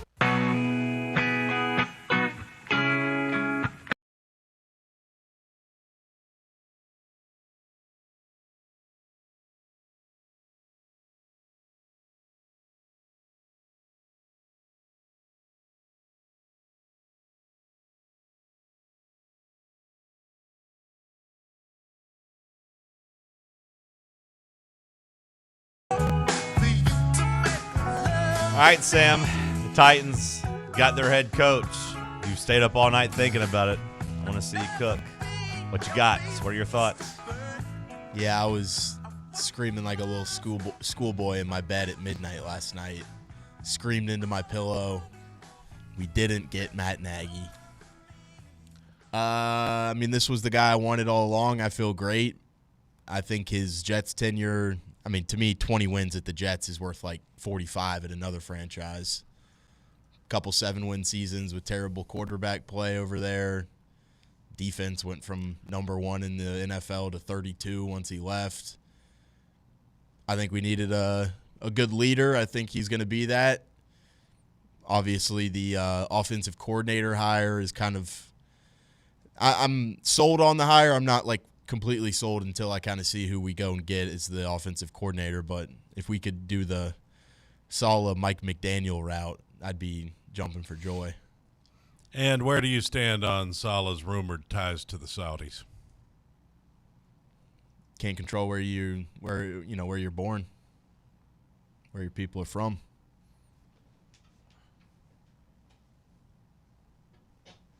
What do you make of his time with the New York Jets? What do you make of that? Because not the first Muslim to take down the New York Jets. I don't know how people always get so or how they find them or why they do it. But when I tweet about the Titans, I get 90% of just negative stuff, which is fine. We suck. I get it. But it seems like a lot of people aren't even like Titans fans. They're just like hating on the Titans, which is fine, whatever. But like I tweeted out about Saul, I was like, oh, okay, that's cool. And then immediately just the negative replies start coming in about his record in New York and how he didn't coach up Zach Wilson. So why should we expect him to coach up Cam Ward and yada, yada, yada? What do you say to those naysayers? Zach Wilson hasn't gotten a shot at any other place that he's gone to ever since the Jets. I think he got drafted off of one cool throw at his pro day, and the entire league just went crazy over that.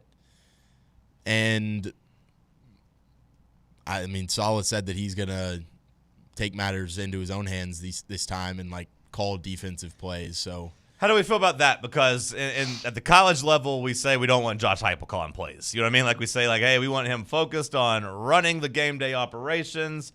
We want him focused on the details. But I will say on the flip side, in the NFL, when I saw that Saleh was actually going to call the defense this time, I was like, okay, this is good. I want him coaching the defense.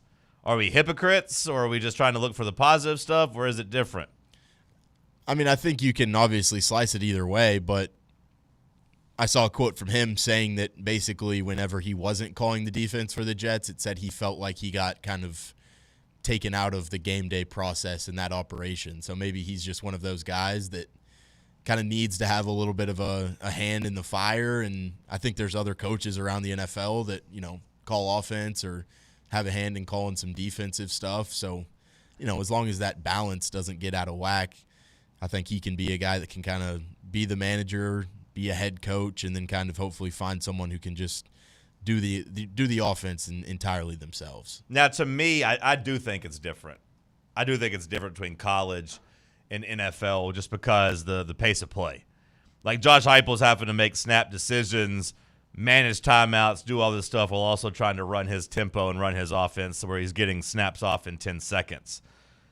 NFL, most teams are taking at least 30 seconds of the 40, and a lot of them take 35 to 38 seconds to get the snaps off. So I do think it's a lot slower of a game, fewer snaps, of course, and all of those things. I'm excited for him. I feel like he needed a culture changer, and I say what you want about his record at the Jets, but I still feel like even outside of that, he's got a lot of really good endorsements from players that played under him and how good of a leader he is and what he does to kind of get a group together. Watching like Ruben Bain last night for Miami, like it's hard for me not to get excited about Jeffrey Simmons and Ruben Bain and like Tavondre Sweat on a defensive line that's getting coached by a defense that he's running.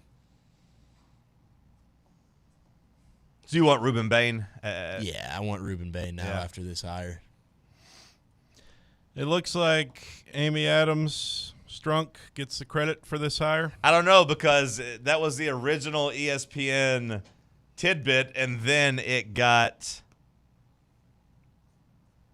Schefter deleted that. It got I was gonna say it got moved. Said that Borgonzi had leaned toward Nagy, and then encouragement from team ownership pushed the decision to Saleh. That's gotten moved around, where I think Rossini then came out and was like, no, this is a decision that Borgonzi made.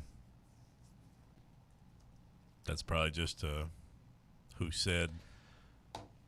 Or it might be a little damage control, because the idea out there was that Nagy and Borgonzi are best buddies, and that he was pushing to hire his best buddy. And there was some outcry, on the internet about the idea of just hiring your best buddy to come coach your team, a failed coach who,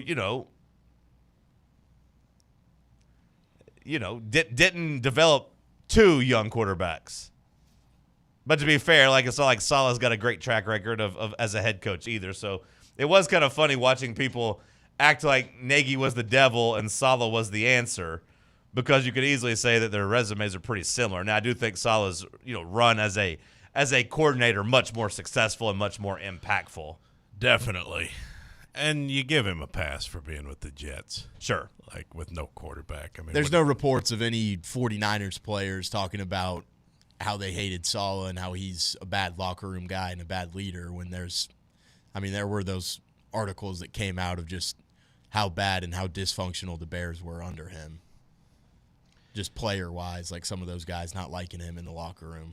Interesting. I thought I'd seen some other stuff that he was a good locker room guy, but I didn't read, I guess, those when it comes to his Bears tenure. Could be a nice reinvigoration of the Jags rivalry.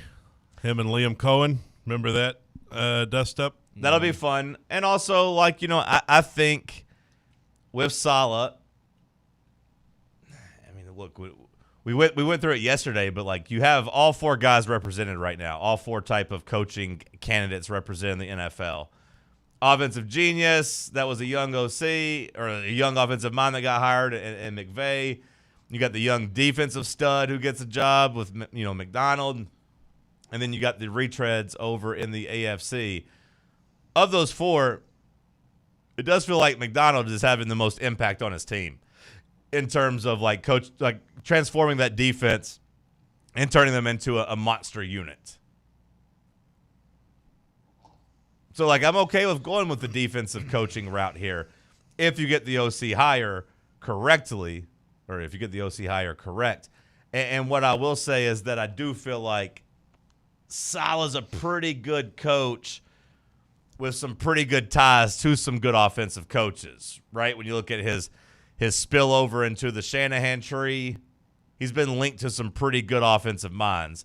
Now, whether it's a retread like Mike McDaniel and you just get him, and that was a report early on this season, was that Saleh's going to be a head coach and he really wants Mike McDaniel back on his staff. Like, he wants that to be the guy that he entrusts his offense to.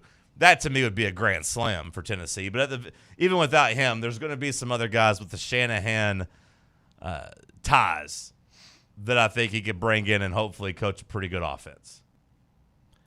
I will F your world up. You don't want to F with me. I will end your life. That's what Saleh said to Liam Cohen.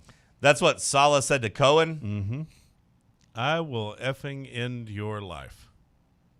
Interesting. That's what you want out of your coach. I thought Cohen was. I thought it was the other way around. Are you sure that it was Saleh that said that? Because I thought it was. Yes, I am sure. Cohen said, keep my name out of your mouth. And Saleh said, I will keep bleep and my kill name you. out of your effing mouth. And Saleh said, I was trying to compliment your ass.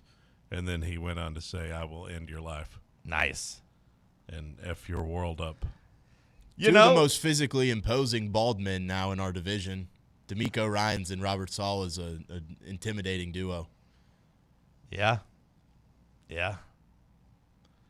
Just both defensive studs. And, like, D'Amico Ryan's another one of those guys that, defensive coach that I think has been really good in Houston. Now, you could go back and say, okay, he's a defensive guy. The defense is great. What about the young quarterback? Because at this point, Sam, would you say that C.J. Stroud has been developed to the level that a number 2 overall quarterback should be developed? It's like, do you think he's been in good hands with a defensive coach like D'Amico Ryans? It's hard to say for someone that doesn't really isn't all the way tuned into the Texans and what their coaching staff looks like. Sure. I know that that Slowett guy got fired and then they brought in a new offensive mind. And then also kind of what we talked about, I don't think Cam Ward's going to be going on a world tour after this, in this offseason, and didn't really seem like C.J. Stroud maybe took the offseason all that. Yeah, it's all that serious in his time. It's so hard to know how much blame or credit to give these coaches, like when it comes to stuff like that. Kind of like we talked about with Owings, like in Cignetti. How much of it is Cignetti? Is it Cignetti's practices? Is it Owings' philosophy in the weight room? Why don't they have injuries? Is it both? Is it luck? Is it the players just being strong or just tougher? I don't know. Same with what went on in Houston. Is it D'Amico Ryan's fault that C.J. Stroud maybe doesn't have it maturity-wise and from a professional standpoint? That he goes on a world tour, that he starts dating, video vixens that are twice his age whenever he gets a little bit of fame? That probably doesn't help, you know what I mean? But I don't think that C.J. Stroud's developed. And I don't know what I don't know what defensive-minded coaches, and maybe they're out there. Maybe we could think about them. What defensive-minded coaches have had a lot of success with young quarterbacks? Because even if you look at McDonald, you had to go get Sam Darnold. And I'm not saying Sam Darnold's an old grizzled veteran by any means, but the resurgence, the renaissance didn't happen because of McDonald. That groundwork was already put in with the Vikings and Kevin O'Connell. I'm trying to think of what defensive coaches, Gannon was a defensive coach in Arizona. He didn't get good quarterback play out of. I mean, you maybe haven't gotten the results in terms of the trophy case, but I feel like Josh Allen with the Bills and Sean McDermott. Okay. He was a defensive guy, and he definitely took a leap in terms of his development over the years. And he is the quarterback that you look at when you look at development. He was as raw as it gets, and you got the right coordinators around him, and he changed into a different type of quarterback. I also think Josh Allen's wired that way too to improve. I hope that Cam Ward's wired like Josh Allen. I think he is. Vrabel, I don't know how much credit we're giving him for Drake May. I mean, McDaniels, I think he's got a big part in that too. So getting that OC hire right, I think was big for him. I don't think Vrabel succeeded in Tennessee as a defensive coach, developing, Mariota by any means. Or Will Levis, of course. He succeeded with Tannehill. Bubba, from a Colts perspective, does it move the needle for you at all? I hope you guys struggle in every aspect in your lives as Titans fans. Sure. I hope Cam Ward doesn't have a career-ending injury. Sure. But I hope that something shakes him up and changes his trajectory. You hope that he's working out and a band snaps back and hits him in the eye and breaks an orbital bone? Yeah, especially with him being, first-round pick. Yeah. Yeah. Kind of So leaving you us. guys got to go pick up some guy that kind of been struggling at other places, but you say, hey, we'll take you in. Yeah. And then he breaks his leg. Yeah, and then you got to go get a 45-year-old to unretire and take a leave of absence. Yeah, you guys pick up Ryan Tannehill again to finish out what he started for 3 games. Do you guys have your new Qurans pre-ordered from Amazon? Don't be disrespectful. Well, you did the lay for Nico. That's not a religion. Don't be disrespectful. I figured, for the new coach, you might have a.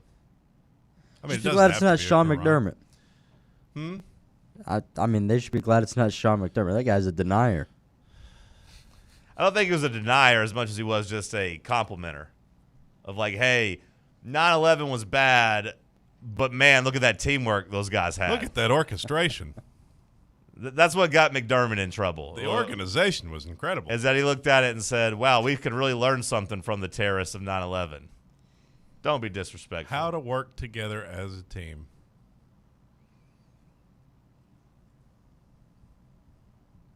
I'm fired up for Saleh. We'll see. I mean, maybe his best attribute is he's handsome, he's strong, he's tough, and he's not, Matt Nagy. Maybe it's another failure. He looks intimidating. Yeah, he does. He has the look about him on the sideline where you say that guy.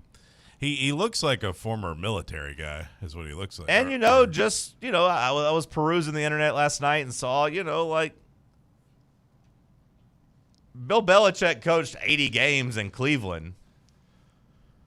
He only won 36 of them, He was 36-44 his first stint. And then he got Tom Brady. Well, yeah. Tom Brady might be Cam Ward. You never know. I think we know.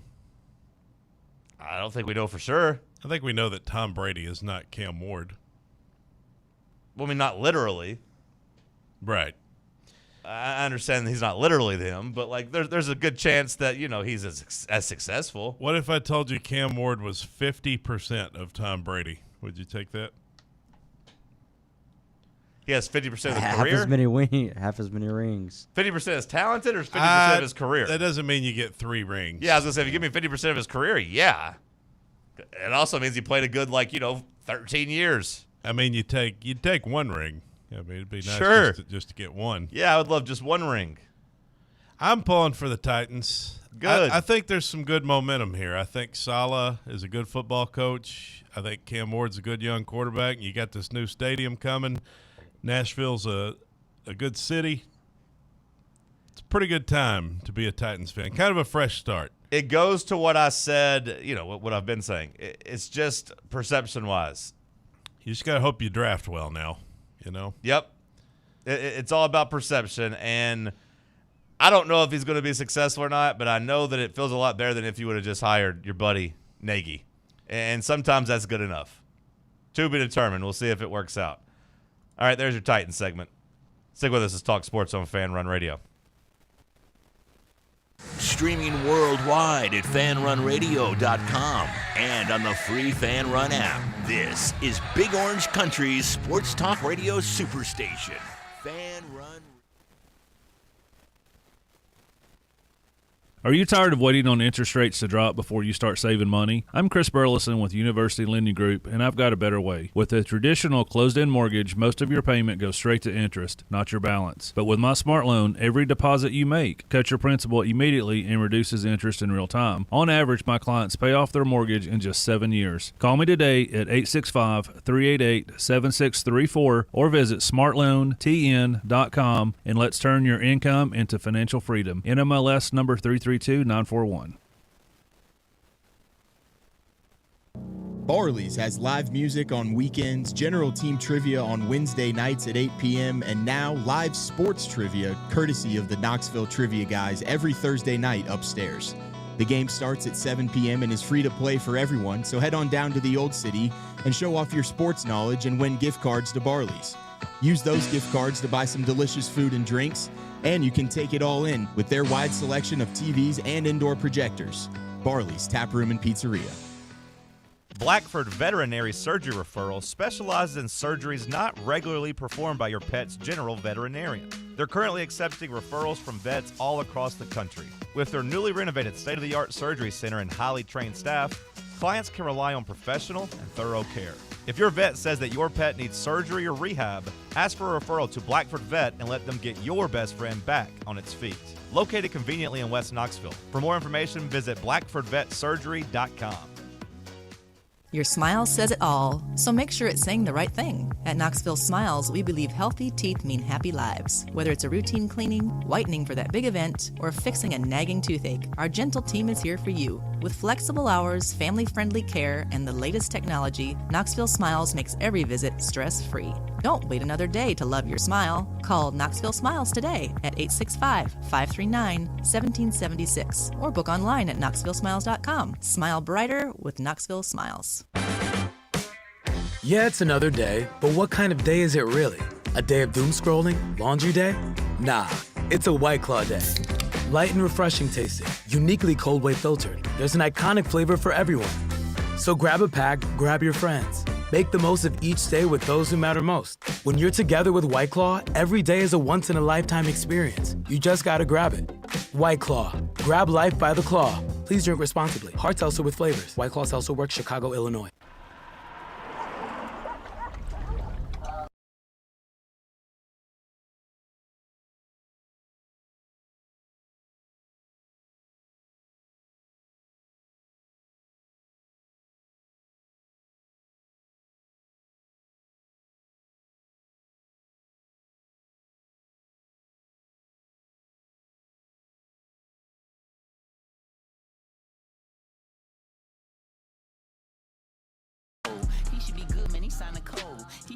All of a sudden, some excitement about the football teams in Tennessee. Am I being too much of a sunshine pumper to say that, or is that okay, Cody? To have some excitement about both my squads. I'll never say that having excitement is a bad thing, because the sometimes alternative is to be dead and bored. Sometimes that's all a man can have is some excitement. Well, I mean? Sometimes that's all you can I won't have. say it's never a bad thing, because if you're a heart patient, a lot of times the doctor will tell you not to get too excited. They Sure. want you to, like, you barely even need to move at all sometimes if your heart's under a lot of stress, from what I've heard. So, but unless you're in that scenario, excitable is the way to be. I was excited during the break trying to find 9 bands from the 90s depicted in a picture. Did you find them? So far, I'm at 7. Okay. There's 2 things here that I can't figure out. And I feel like this one's probably obvious. It's 2 trees yelling. Do you know what that one, what band that would be? Is there somebody called like the Weeping Willows or something? You think that's what it is? I mean, I don't know. I'm asking. I don't know. That might be what it is. Is there a band called that? There might be. I don't know. But like I got Pearl Jam. That's Pearl Jam right there. Uh-huh. Matchbox 20. See? Yeah, you're doing good. A Matchbox with 2 X. 9 Inch Nails. You can see on that board. Oh wow, yeah. That's Alice in Chains. Yeah, and she is Smashing Pumpkins. See the pumpkins? Sure. And then that one right there, clearly Soundgarden. That garden's got sound. And that's Radiohead. So I'm missing 2. Maybe the Weeping Willows is right. I mean, I don't know if that's a band or not. It just sounds like it would be a band to me. I don't think I'm going to get it, so I might have to read the comments. No, don't be a cheater. Well, I feel like I've done pretty good getting 7. Now, maybe that's something that's just a hole in the ground. What could that be?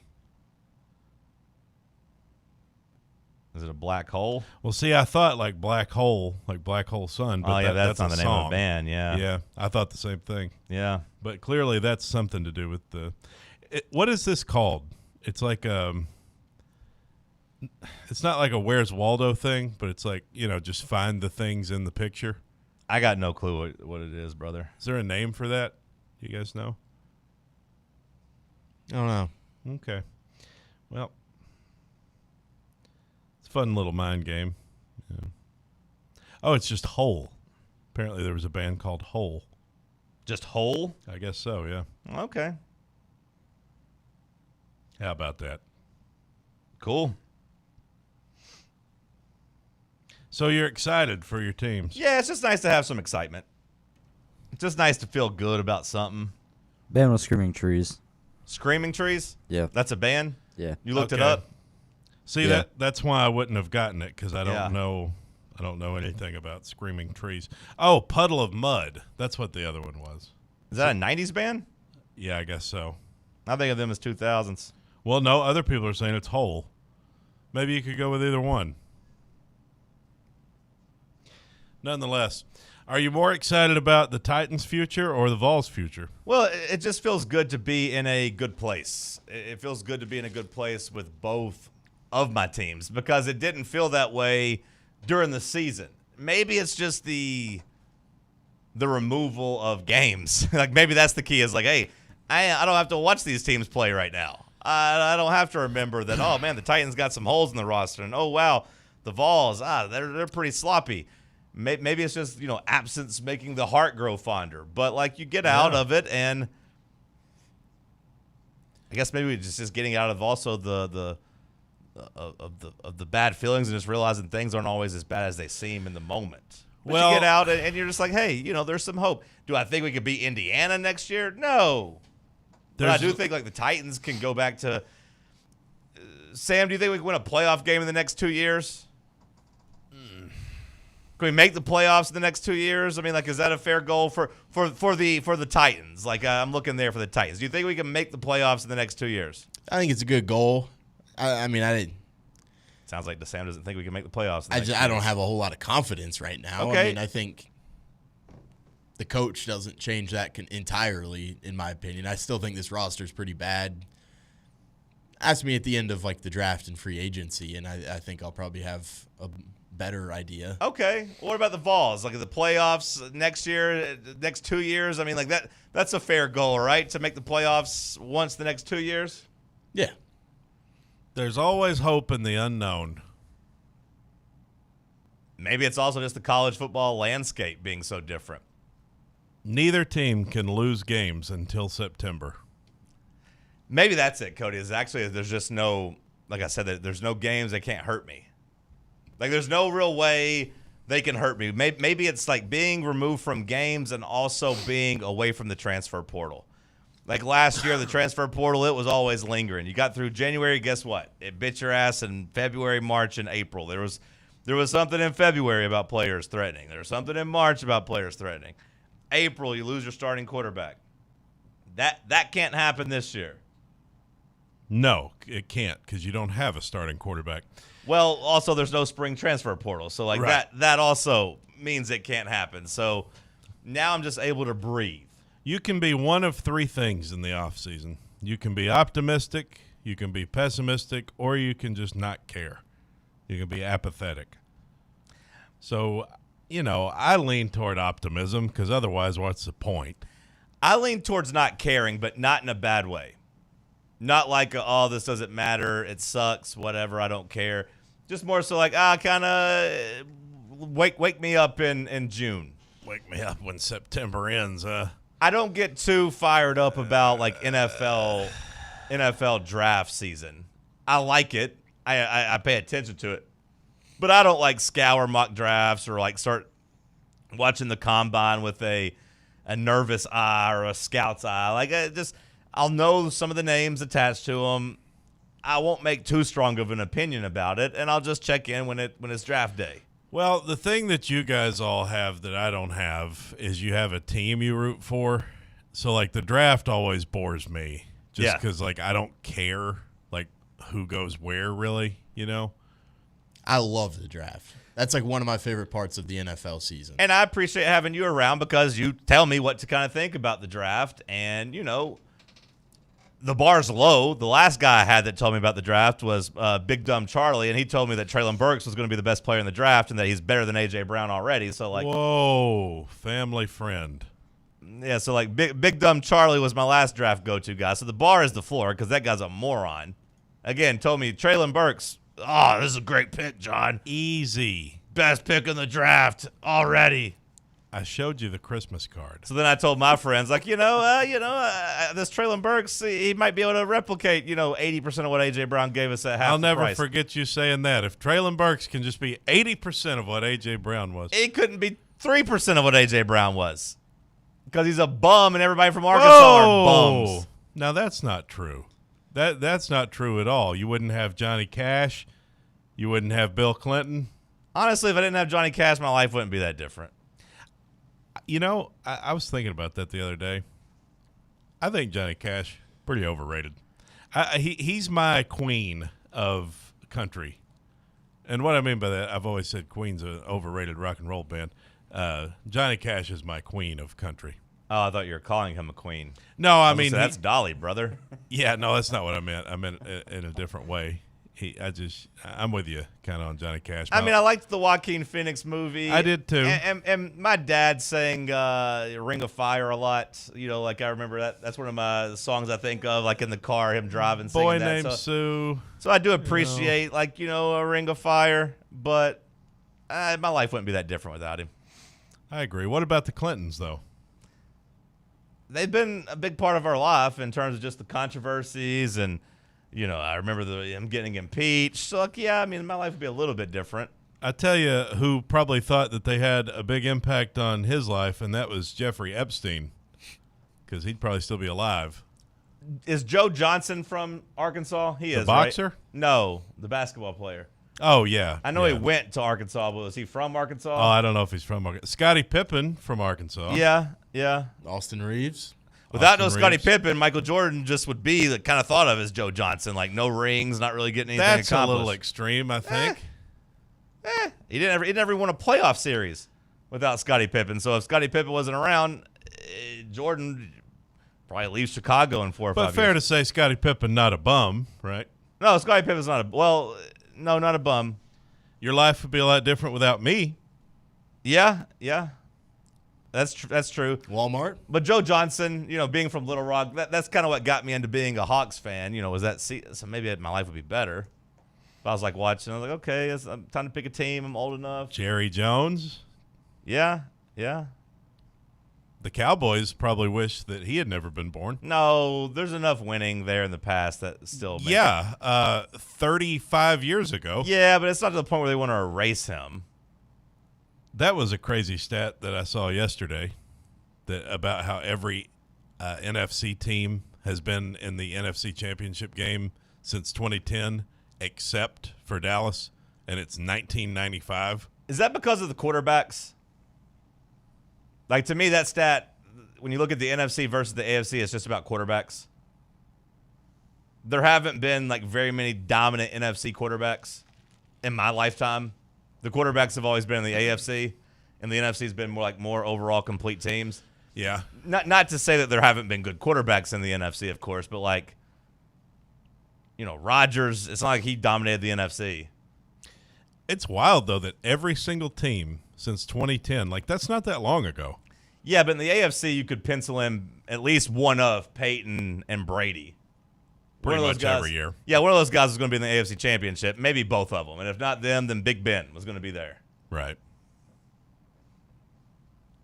That's just wild with the Cowboys that it's been that long.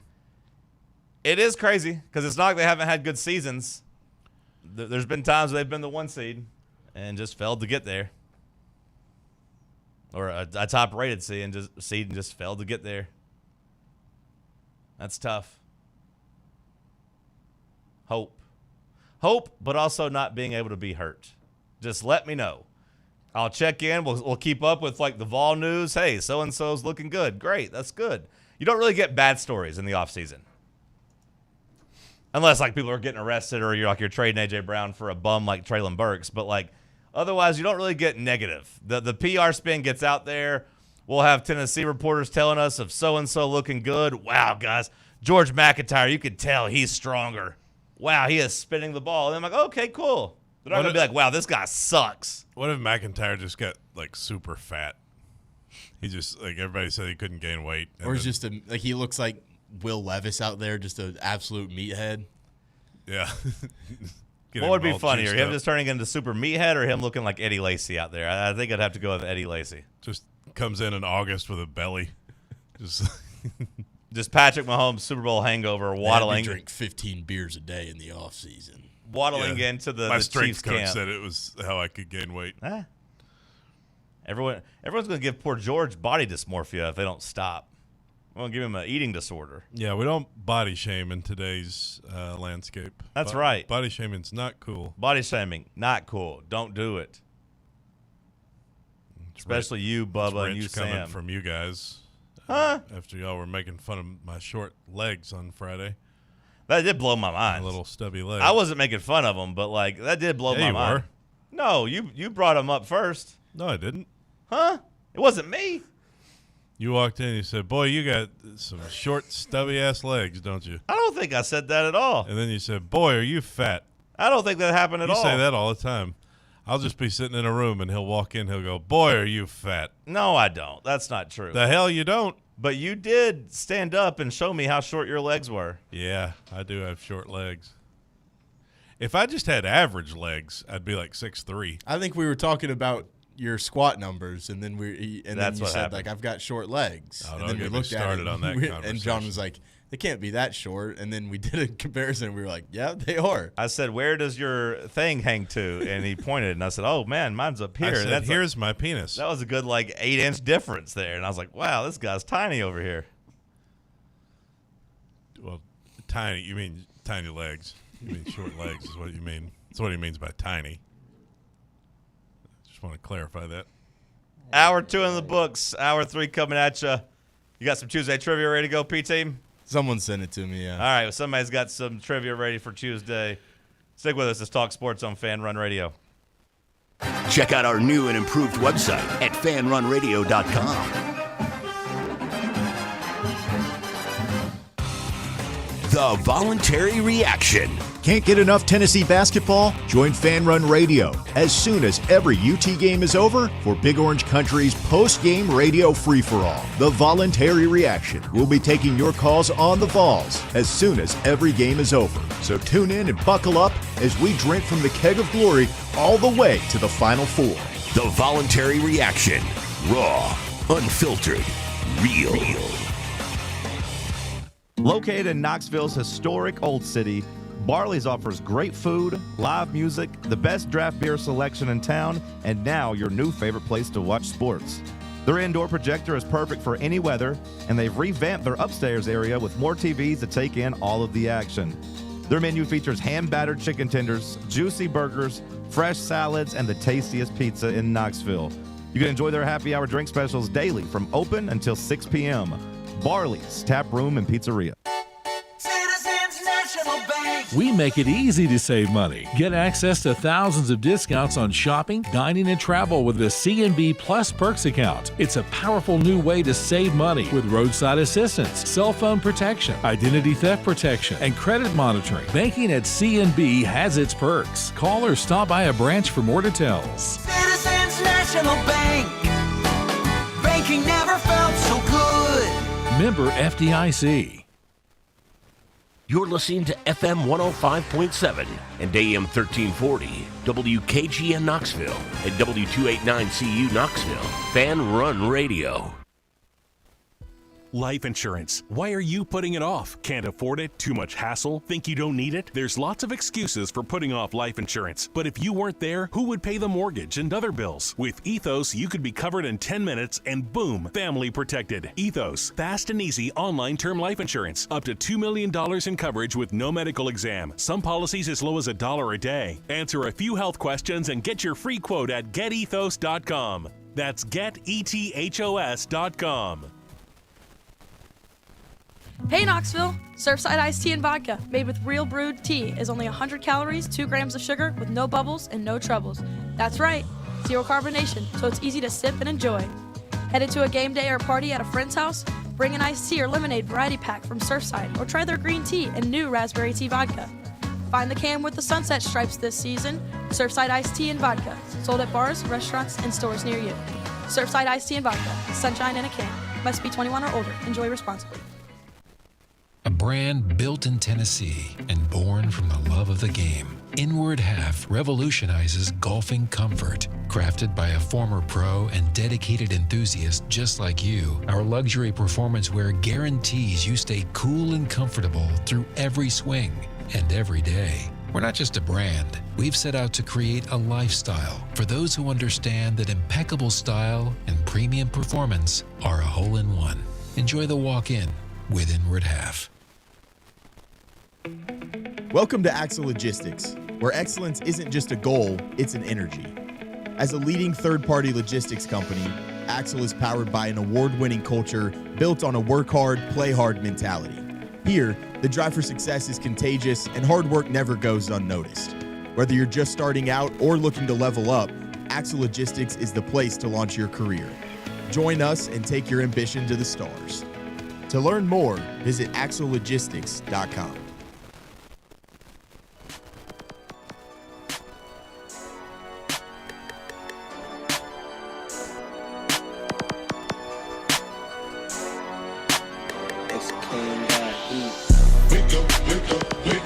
Talk Sports. Talk Sports. Talk Sports. Talk Sports. Talk Sports from 7 to 10, ayy. Overrated, underrated on Wednesday. Fan Run Radio, Talk Sports said, not in my house, I ain't talking to Kim, babe. John and Cody out here asking where the ops at. Tennessee volunteers here for combat. It's the Cherokee Ghost, John Reed and Cody doing everything we can to bring Rocky Top back. Talk Sports from 7 to 10. Never leave a witness, never leave loose ends. Nico ain't nothing but a nuisance. 2026, we ain't making new friends. Talk Sports. Talk Sports. Hour number 3 kicking off here in the White Claw Hard Seltzer Studios. This batch of headlines brought to you by our friends at Inward Half. Go pick you up some gear. They're down there at the PGA show right now, down in Florida. Hanging out with golfers, hanging out with clubs, doing all the good stuff. The brand's blowing up. Support the brand, support the people who support us. InwardHalf.com. Performance. Polos. Great hoodies. Accessories. Something for everybody in the family. InwardHalf.com. Hour 3 headlines. What you got, Big Mac? Accessories. Accessories. Oh, thank you, John. What's it called when the Kansas basketball coach takes a long look in the mirror? Self-evaluation. You almost got it. Self-reflection. Get it? Oh, damn. How did I miss that? Well, I don't know. But I saw the story that he went to the hospital, so I was thinking that's where you were going. So yes, I was going to evaluate at the hospital, I think is where I went. I was going to wrap that into saying he's taking a long look in the mirror when it comes to his health habits. Bill Self, he had this heart thing a couple of years ago, and he had to miss the game against Colorado. The school announced. Well, that's tonight's game, but he will miss it. He did not travel to Boulder with the team because he had to be hospitalized says Bill Self was feeling under the weather before being taken to LMH Health, where he received IV fluids. The school's statement yesterday night said Self was feeling better. It was not immediately clear if he would attempt to travel for the game, but turns out he will not. Self is 63 and has had multiple health scares in recent years. Yeah, kind of surprised he's still coaching. Like I don't know how much longer he wants to do it, but it feels like it's negatively impacting his life at this point. It feels like he just needs to kind of rest. I mean, he's not a young man anymore. No, he's 63. A couple of years ago, he had to miss the Big 12 and NCAA tournament after chest tightness and balance concerns. He had to have a heart cath and had 2 stents placed for the treatment of blocked arteries. Does it not seem like they're not an actual championship contender this year, right? Kansas? I mean, I guess anybody can get hot, but they're like, where'd they come ranked? I mean, there's top 20. And they beat Iowa State the other day. That's what I'm saying. Beating Iowa State. They got a top. They had a huge comeback against. They're 19th now. Okay, they had a huge comeback against TCU and then beat Iowa State. So they are playing better, and they do have maybe the number 1 overall pick. And I was going to say they got NBA talent, which is what you have to have. They got future 2-guard and face of the league, Darren Peterson, that's going to be an Atlanta Hawk in a couple months. But I just don't buy them as a serious championship contender, which makes me wonder why is he still coaching? Because he's got all the wins he needs. He's got all the money he needs. He loves Kansas. Maybe. The Miami Dolphins have hired Jeff Hafley as their head coach, and he was the Packers' defensive coordinator, if you don't know the name. The Dolphins announced he will be their next head coach, announced Monday night. I believe great things are ahead for the Dolphins, leading the way, says their owner, Stephen M. Ross. Jeff is an accomplished coach with a proven track record as a leader and motivator. He has tenacity and grit, while at the same time establishing trust with his players in order to get the most out of them. It is a 5-year deal, says Adam Schefter. What'd you make of this hire? To me, it's crazy that he has gone from stuck at Boston College to now coaching one of the 32 NFL franchises. That to me is crazy. I think he has been proven correct, obviously, in terms of looking and saying, hey, I am leaving football at the college level. I am going to just go and be a coordinator in the NFL and not have to worry about recruiting, not have to worry about any of this other stuff. And now he gets to be a head coach of the Dolphins. Not even a loser franchise. Now, they ain't got a great roster by any means, and they got a lot of money tied up, but kind of cool to go from Boston College to that, I would say. Carson Beck said last night's loss really hurt. He was crying. It looked like he was crying on the sideline before they even got the ball back. He's just got a bad attitude on the sideline. Maybe that's it. Because I thought earlier in the game he was kind of complaining and whining and going back to the sideline looking pissed off. Just didn't really feel like that's the guy you want leading your team. I noticed that too, Sam. He was mad when the kicker missed the kick. He was basically bleeping course. Now, maybe he was frustrated there because he wanted to go for the 4th and 3 and not even try the field goal attempt. But then, later, a wide receiver dropped a pass, and he's, throwing his hands up over his face and just, being demonstrative, which is not something you want from your veteran leader quarterback. Those guys are supposed to be kind of keeping the team from panicking. I saw this tweet that he has lost just 6 games in his college career, and in 4 of them, the final offensive play was a Carson Beck interception with a chance to win the game. Really? Wow, what a tweet. Did that come from David Hale of ESPN?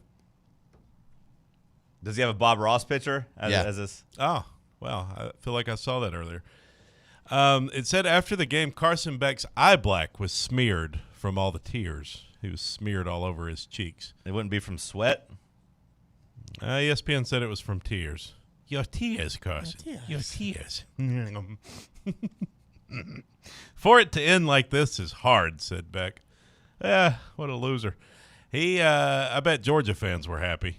I would imagine some probably still root for him. No. You don't think so? No. You think Georgia Carson Beck winning a national title would be bad for Georgia fans. Okay, maybe winning the title, but they're probably rooting for him against some teams in the playoffs. Yeah. I don't know. Did they leave in like bad terms? I mean, I kind of thought Georgia was ready to move on, and he was too. Like I kind of thought. I don't think they left on bad terms, but I feel like Georgia fans would be pretty soured if, like, they got knocked out with Gunnar Stockton, and it's like, really, we're going to let Carson Beck win a title here? That's just my opinion. I kind of feel the same way watching Henry To'oTo'o this weekend on Houston run around making tackles. It's like, do I like this guy? No. Have I forgiven it? Do I hate him? I was like, nope, still hate him. I don't like him. Yeah. Here's a fun thing about Indiana football. So they started playing ball back in 1899, right? They have 6 total bowl victories in their program history since 1899. That is 126 years ago. 6 bowl wins. 3 of them came in the last 19 days. The Hoosiers won as many bowl games in the last 19 days as they had in the previous 125 years combined. A mind-blowing story. They hadn't won a bowl game since 91. Their only 3 wins were in 79, 88, and 91. Pretty cool, huh? Yeah, real cool. Be a lot cooler if it was us. What are you going to do, man?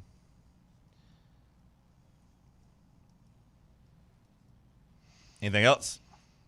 Yeah, just trying to find some stuff here. Okay. Yeah. Basketball, college basketball, Tennessee is off. Yep, bye week. Yeah. No basketball for us. We need it. I had some friends over at practice yesterday that said it was a come to Jesus type of practice for a lot of players. Well, that's good. Hopefully it pays off. A lot of yelling, a lot of stairs running, a lot of like trying to refocus. Cincinnati handed Iowa State their second straight loss. Did you see that? The Cyclones got beat by Cincinnati as Day Thomas scored 19 points to lead the Bearcats to a 79-70 win. I got some this day in history for you. Let's see. I got 1981. That's the big one. I got 2020. I got 1982. Those are probably the biggest ones. Oh, Charbonnet is out for the rest of the playoffs. Oh, yeah. Seahawks. That's the one I was looking for. The Seahawks backup running back. I knew there was one more legitimate headline that needed to be read. Okay. Everything else is pretty much done, yeah. So 1991, you said? I said 1981, 2020, or 1982. Okay. 2020 was COVID. Yep, first case of COVID found in the U.S. on Yeah. this day in history in 2020. Boy, I remember that like it was yesterday. Doesn't seem like it was 6 years ago, but it was, huh? We thought the 20s were going to be great, the roaring 20s. We were getting ready for another great decade, and it's been quite a dull roar. 1981. You're not going to get this one. This one is Okay. the Iran hostage crisis ends. I might have gotten that. Maybe 1982. This is iconic. 82? Yeah. This has to do with the World's Fair? No. Okay. Was it sports related? No. Music related? Yeah. Michael Jackson? No. Prince? Mm-mm. Queen? No. Live Aid? Uh-uh. Well, I don't know about if it's Live Aid, but was it a song that debuted? No. Was it an album? No. Was it a Big Death? You could say that. You could. Was it rock and roll involved? Yeah. John Lennon? No. No, that was 1980, I think. Did somebody get shot? No. Did somebody get murdered? No. Did somebody die of natural causes? Not in this story. Did Frank Sinatra die? No. He's still alive? No. You said he didn't die. Not on this day in history. Okay, let's reset. Was there a plane crash? No. Was there a disaster? No. Was there a tragic event that took place? No. So it was one person that just died? I didn't say a person died. I thought you did. No, you asked if it was death-related, and I said, yeah, sort of. Okay. Did somebody do something bad? You could say it was bad. Was it a man that did something? Yeah. To someone else? No. To a group of people? No. Did he commit a crime? I wouldn't think this would be legal, but he wasn't arrested for it. Was it drug-related? You could say that, but you wouldn't. Drugs are irrelevant to the story, but I would say this person was on drugs. Did this have to do with an all-time great band? Yeah, I think so. Was it the Beatles? No. Was it the Stones? No. Was it the Led Zeppelin? No. Was it? I thought you were a music expert. Was it Pink Floyd? Well, you said it's a rock band, right? Yeah. How have you not gotten the story yet? I thought you were a music guy. Was it Randy Rhoads dying? No. Nobody died. Okay. Was Queen involved? No. Was Pink Floyd involved? No. The Who? No. Aerosmith? No. Guns N' Roses? No. AC/DC? No. We said it's an all-time great band. Well, I said I think so. I mean, it's an all-time icon. Yeah, I mean, they're in the Hall of Fame. Metallica? No. U2? Uh-uh. I feel like I've kind of named all the rock bands. You've named all the rock bands? Not all of them, but yeah, like our damn music expert. vast Sam, majority of Bubba, them. can you help him? This guy's a schmuck. Honestly, don't he know. named so many bands right there. I can't even. They weren't remember even what he's listening. all said. They're not even. They don't even pay Okay, attention. so you guys during just this. hate this game too. Ozzy Osbourne. I already said that. No, you Bites didn't. the head off a bat. What? You didn't say Ozzy Osbourne. What? You never said Ozzy Osbourne. I just said Randy Rhoads. Was Randy Rhoads involved? You asked if Randy Rhoads died, and I said no. Well, that's related to Ozzy Osbourne. He You didn't should have die. given me a connection. He clue didn't there. die on this day in history. You should have given me a connection clue. Bubba, good job by you. Nailed it. On this day in history, Ozzy Osbourne bites the head off of a bat live on stage. Who would have guessed that? Got a stub back. Bubba immediately got it. He looked it up. I don't think he did. You can see it in his eyes. I can't see his eyes. He's squinting. Looks like Fernando Mendoza. One of the most infamous moments in rock and roll history. Where are my glasses? A bat was thrown on stage during his concert at the Veterans Memorial Auditorium in Des Moines, Iowa. The incident made headlines around the world and dogged the singer for the rest of his life. He says it was an accident, and he thought the bat was a rubber toy.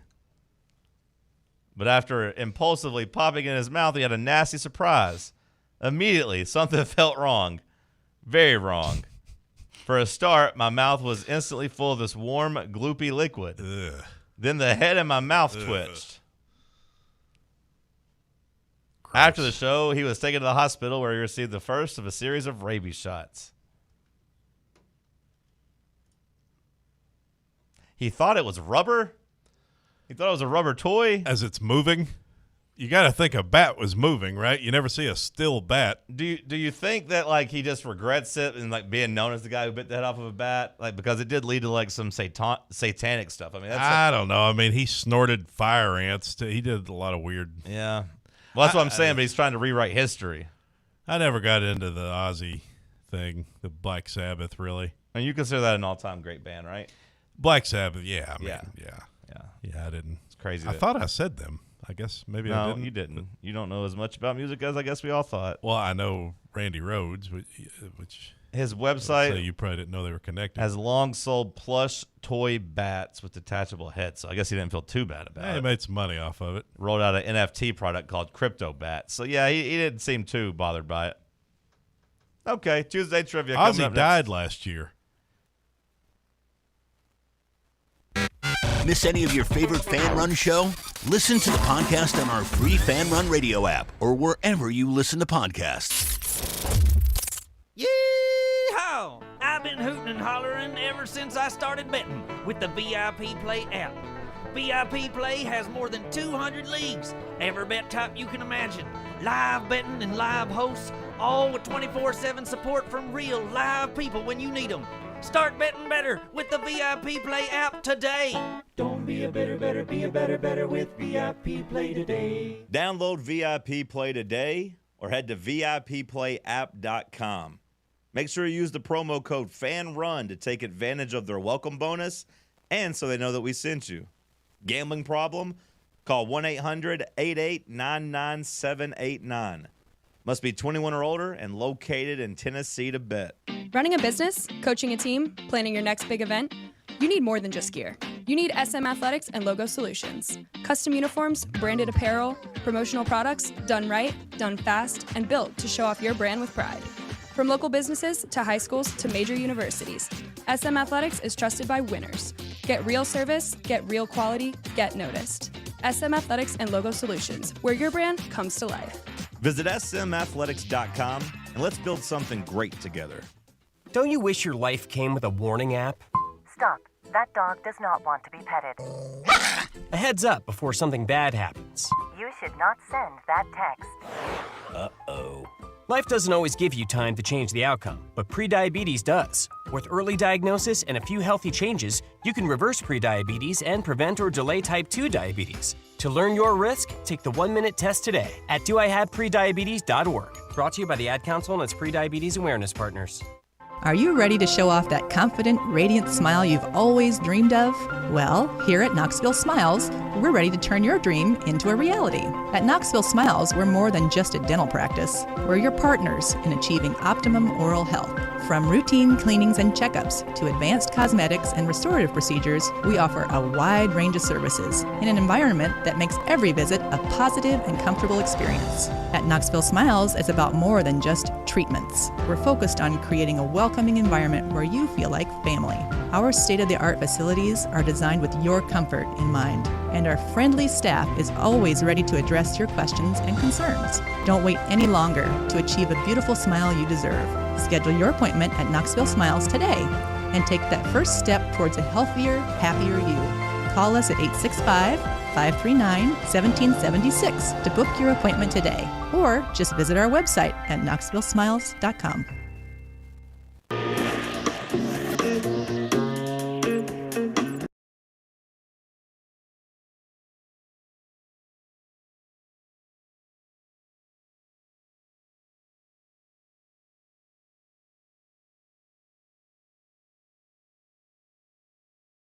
According to Austin Price from VolQuest, he says that Kurt Signetti found out about Owens leaving after the game last night.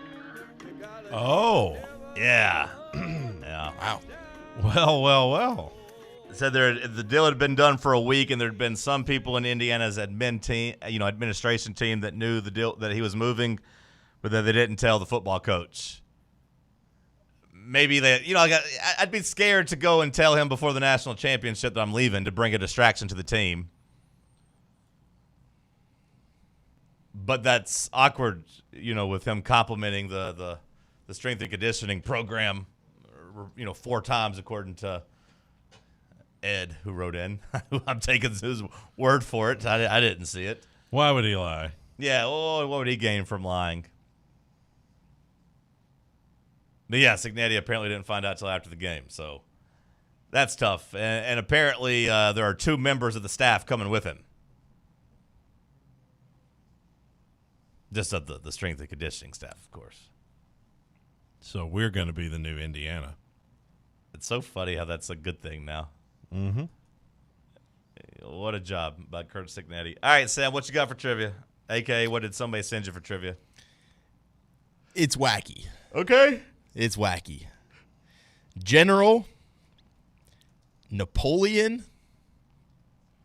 animals, John's category, and Cody's category. Okay.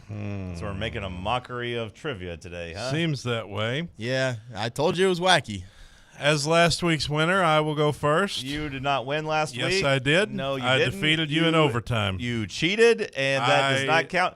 Defeated you. I knew this was going to happen. You can go first. I defeated you. You can go first, but you're a cheater. Okay. And Indiana's probably and you cheating got caught, too. But you got caught cheating, unlike Indiana. Okay, Michigan got caught cheating, but after the fact, you got caught. They still won that natty. You got caught during the fact. Okay, Michigan got caught. They still got credit for the natty. You can go first, but it's a W in the book. You cheated. No, it's not. It is. No, it's not. In my book, it is. You didn't get your answer in time, and you cheated. In Michigan's book, it is.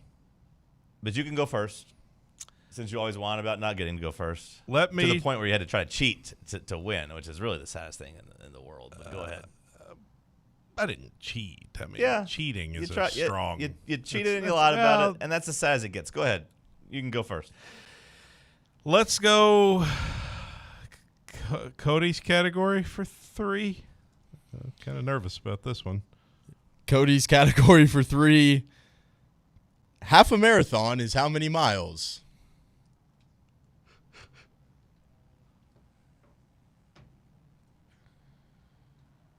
$13.1. Correct. I'll do Cody's category for 4. This exercise is a form of resistance training using only your body weight.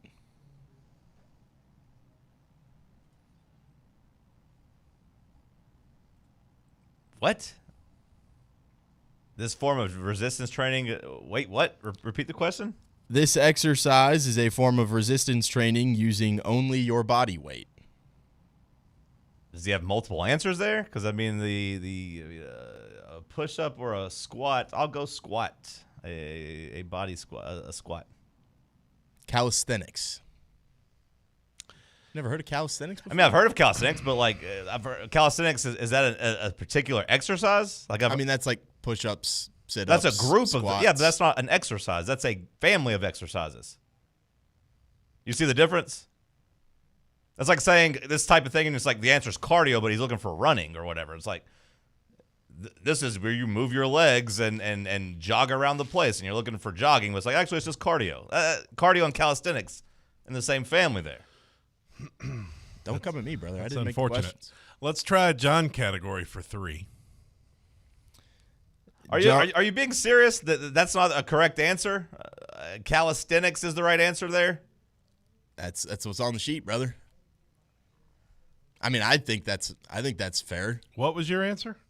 I mean, there's multiple exercises you do with just your body weight. A push-up's just your body weight. A squat, if I just sit here and squat with no weight on me, that's with my body weight. There's plenty of stuff you could do with your body weight. A plank is your body weight.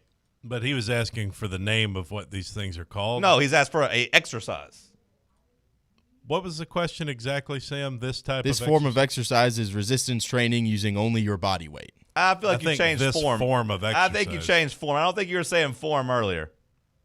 I think it was just this exercise earlier. Now you're trying to make. I mean, I just feel like you can get. I gotta have to check the tape because I feel like now you're lying because I don't think you're saying form. Yeah, it's I mean, I feel like you can just deduce that this exercise is a form of resistance training using only your body weight. Is this a conspiracy against me to the point where Sam's adding words? I just think those are the exact same thing. Would you have? It's not the exact same thing. Would you have said this exercise versus this form of exercise are multiple? They're completely different things.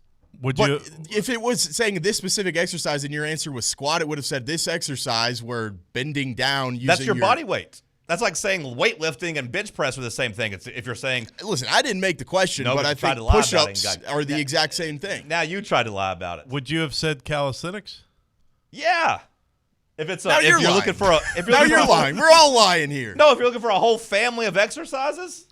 Well, I don't think a 3-pointer would just be like name one exercise where you just use only your body. In Cody's category, it would be. It was my category. Exactly. It was a 4-pointer, which is ridiculous. A 4-pointer would not be name one body weight exercise. Move on. Sam trying to lie about it is gross. The questioning is gross. The fact that I'm not getting credit for it's gross. The fact that they're calling it my category is the grossest move on. thing. Yeah, this guy doesn't do any damn calisthenics. Well, Get the hell I out think of here. that's the insult. You know, it's obviously someone trying to insult me. Get the hell out of here. Let's see what John's category for 3 is. John's category for 3. This Kendrick Lamar song instructs someone to sit down and be what? Humble. What are we doing here with trivia? Who did you get this from? Yeah, I'd like to know too. Who did you get this from? Vol and SC. They're canceled from submitting trivia. And what are we doing here? John's category for 4. Let's see how Sam butchers this question and then lies about it. What was the first Tesla model? Jesus Christ.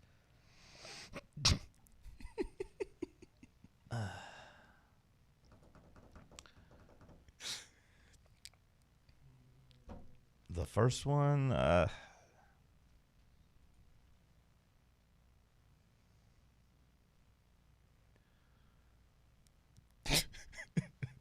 The 3? That sounds dumb. The Model 3 being the first one. Is that your answer? I'm thinking for a second. Well, just 3's fine. Yeah, 3's fine. The Roadster. When Sam says, "Is that your answer?" that means it's not right.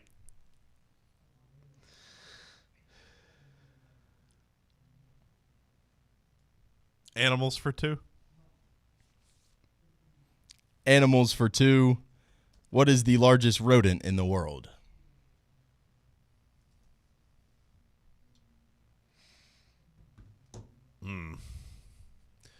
Well, what is a rodent?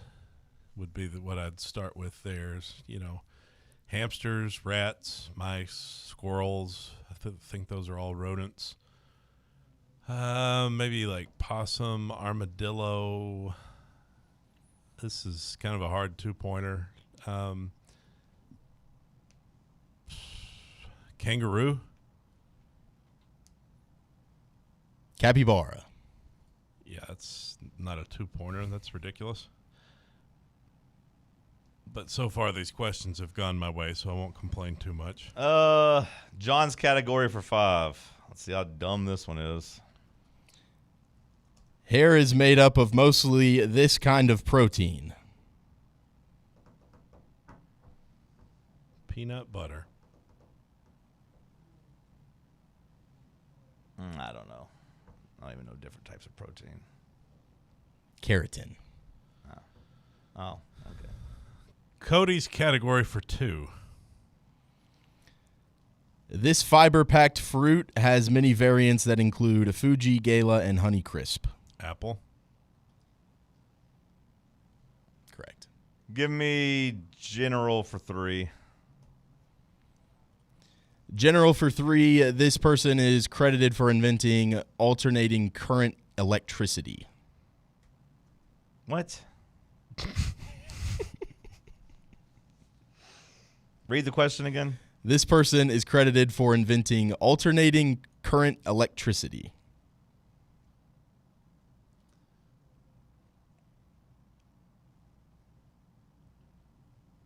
One more time. This person is credited for inventing alternating current electricity. Edison. Is it Tesla? Nikola Tesla. I did think that. Yeah, damn it. Okay, 8-0. Let's try John category for 2. Just making a mockery of people's favorite segment. I mean, what are we doing? You can still come back. Just making a mockery of it. Some of these questions First, you are good. cheat last week. I did. You cheat. You make a mockery of it. I and bent then, the rules. And then a listener just makes a complete mockery of it. Ruins people's week. I'm actually mad right now. This shampoo has a kangaroo logo angry. typically in a purple bottle. I'm actually Aussie. I'm actually angry right now. It's Aussie. That is correct. Cody's category for 5. This female is widely considered as the greatest Special Olympian of all time, winning 7 gold medals. And now we're making Special Olympics jokes. Like, what are we doing? This is That's not a joke. This is on you too, Sam, for not looking at the damn questions and fixing this. I don't know any. And Special why is Olympians. this in my category? I don't know any Special Olympians. Loretta Claiborne. Okay, good for Loretta Claiborne. Okay, round 6 is 10-0. Let's go general for 2. In which city was Jim Morrison buried? How is that a 2-pointer? I mean, he's an L.A. guy. Like, his whole life was California. I mean, Jim Morrison's California through and through, so it's got to be somewhere in California. I'm just going to guess Los Angeles. Try going across the ocean to Paris. Oh, yeah, because he died there, didn't he? Yeah. If I had thought about that, I think I would have. I watched a documentary on that. Give me Damn Napoleon for 3. Napoleon for 3. Napoleon married this woman who had a promiscuous reputation. Josephine. Correct. Last name? Bonaparte. Josephine was the only thing that was written, so I wasn't going to make him do that. 1, 2, 3, 4, 5, 6. Okay, it's 10-3. Let's try animals for 3. A female donkey is also referred to as what?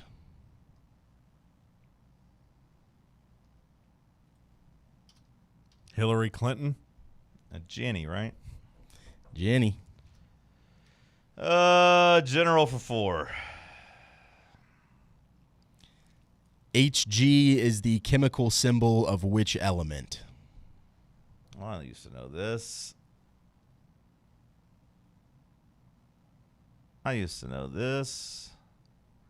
HG. Maybe I don't know this. HG. Home and garden. H is hydrogen. HE is helium. HG. AG is gold, right? Mm-hmm. What would HG be? I thought I knew it. I don't know it. This is when I started checking out in school, the damn periodic table. Hated science class. HG. No, I don't know. Is that magnesium? Mercury. Mercury? That's a weird one. Mercury. Well, good game. Just 2 in a row for me.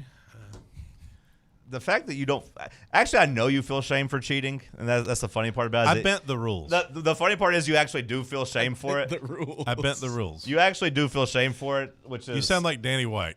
You do feel shame for it, which is good. Getting caught red-handed cheating at this game would be a real low point in my life, but at least it is nice to see that you feel shame. Can we just say Sam cheating, lying and trying to add words to the question to make it look better for the guy was pretty low too, in my opinion. Cheating would be trying to using gaslight the calculator. me. That was you trying to gaslight me, Sam. Trying to make me think that you had said that. I was like, no, you didn't say that. Maybe just think through your exercises a little better. You know, if I was thinking of like forms of exercises, maybe, but that wasn't the question. I think, though, you'd have to deduce that a Maybe if I push-up, pulled my phone out and started cheating like you did, maybe I could a have deduced push-up would not be a 4-point answer on a, name in- one example in a- of a body weight in exercise. in a normal category. That might be a fair response, but it was Cody's category, which is usually super easy. So I think that goes out the window. What do you mean by that? Huh? What do you mean by that? What are you trying to say? The bits. Because if you're trying to say that I'm dumb, you just got beat 10-3 by the dumb guy. I got this one. Sure, if you follow 2 in a row. First time in 2 3 in a row. months. First time in 3 months. 2 You in a got to row. win. And that's an exaggeration. First time in 3 months. That's an exaggeration. and Second everybody time in knows 6 months. Twice in a row. What have you done for me lately? It got so bad. He got so desperate for a win. He got caught cheating. That's all you need to know about how bad it's gotten for him. Cheating would have been. He got so no. down bad that he had been getting his ass kicked that he resorted You came to up cheating with an arbitrary and then lying rule about it. You came He up got with an caught. arbitrary rule that was never established. Whatever you want to say, you know deep down that you And got I caught didn't cheating. use the calculator. And then you I lied didn't about it. use the calculator because you were Cheating, so desperate. by your definition, would have been using the So calculator. desperate. I didn't use it. So desperate. I think we could have nixed this by I suggested we can throw out the career yards and we can just do his only Broncos yards. Yeah, that because could've there been- would have been no reason for him to cheat on that. But you didn't want Well, to he do still would that. have got his calculator to do math. He still would have tried to cheat. It would have been the same thing. Did I do the It was math? still a math question. As you got an extra minute to do the math because you were stalling, yes, you did do the math. But in my head, usually did it's I do the math usually in my head? Usually it's a 10-second thing. You ever been to trivia? It's like, hey, we got a You tiebreaker. think I didn't up know here. what 34 times 2 I was? need one member. Then why'd you get a calculator out, big guy? Because to start, Why were you getting a calculator out? If you could do the math, why were you getting a calculator out? I wanted a guide. And again, you came up with an arbitrary rule that has never been arbitrary rule. established. No. It's never been established. Do I need to come in with like elementary school worksheet and maybe we just take away the technology and I'll print off like 5-pointers and then all the categories and you can write down what your categories are and I who's don't. chosen? I don't like, think. Can we have classic pencils? trivia? I don't think you have to do that because I've proven I can do it without using and cheating. I can handle responsibility. You've proven you could lose 2 weeks in a row.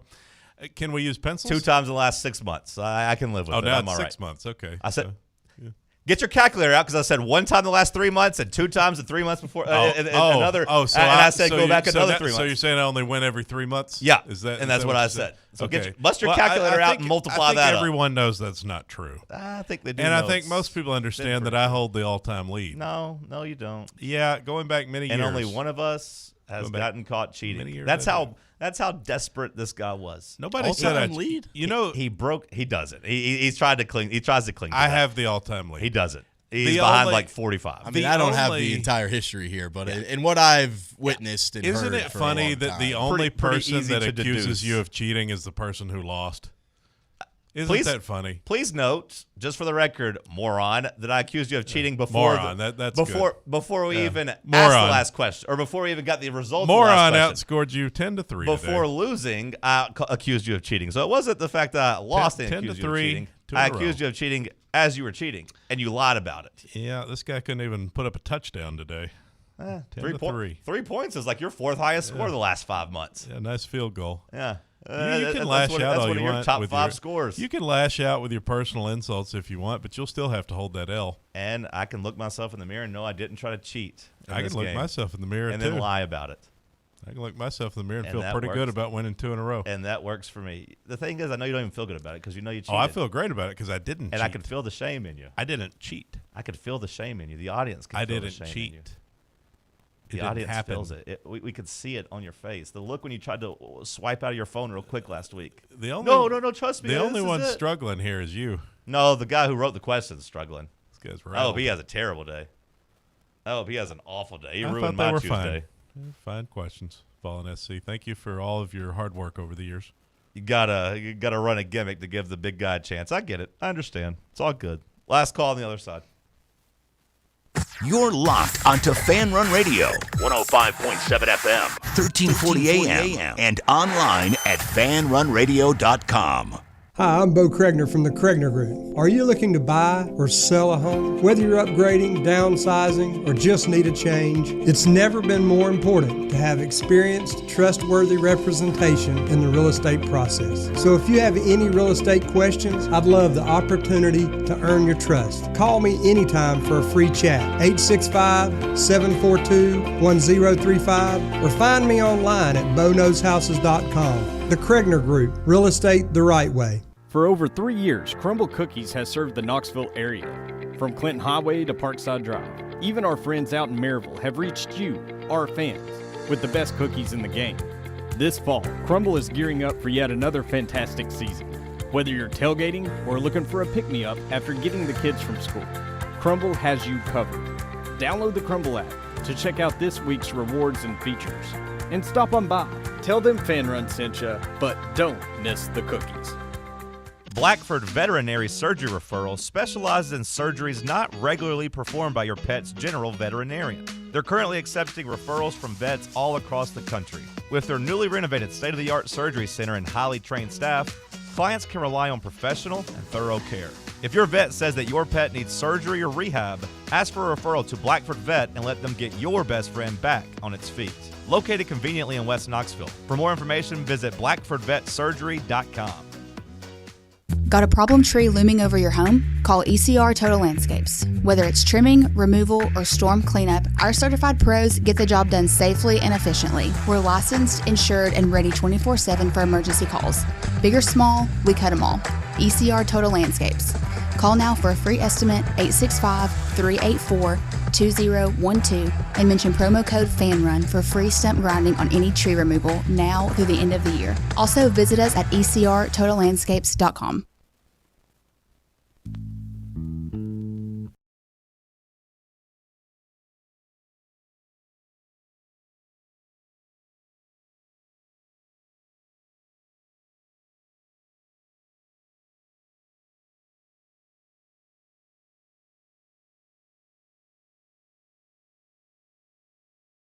Or CBS Sports not having us in their top 25. I didn't really care. And then I see that his others considered, so basically number 26, number 27, 28, 29, 30, 31. Arizona State, okay, whatever. Boise State, all right, okay. Florida, getting a little colder. Iowa, all right, they had an okay year.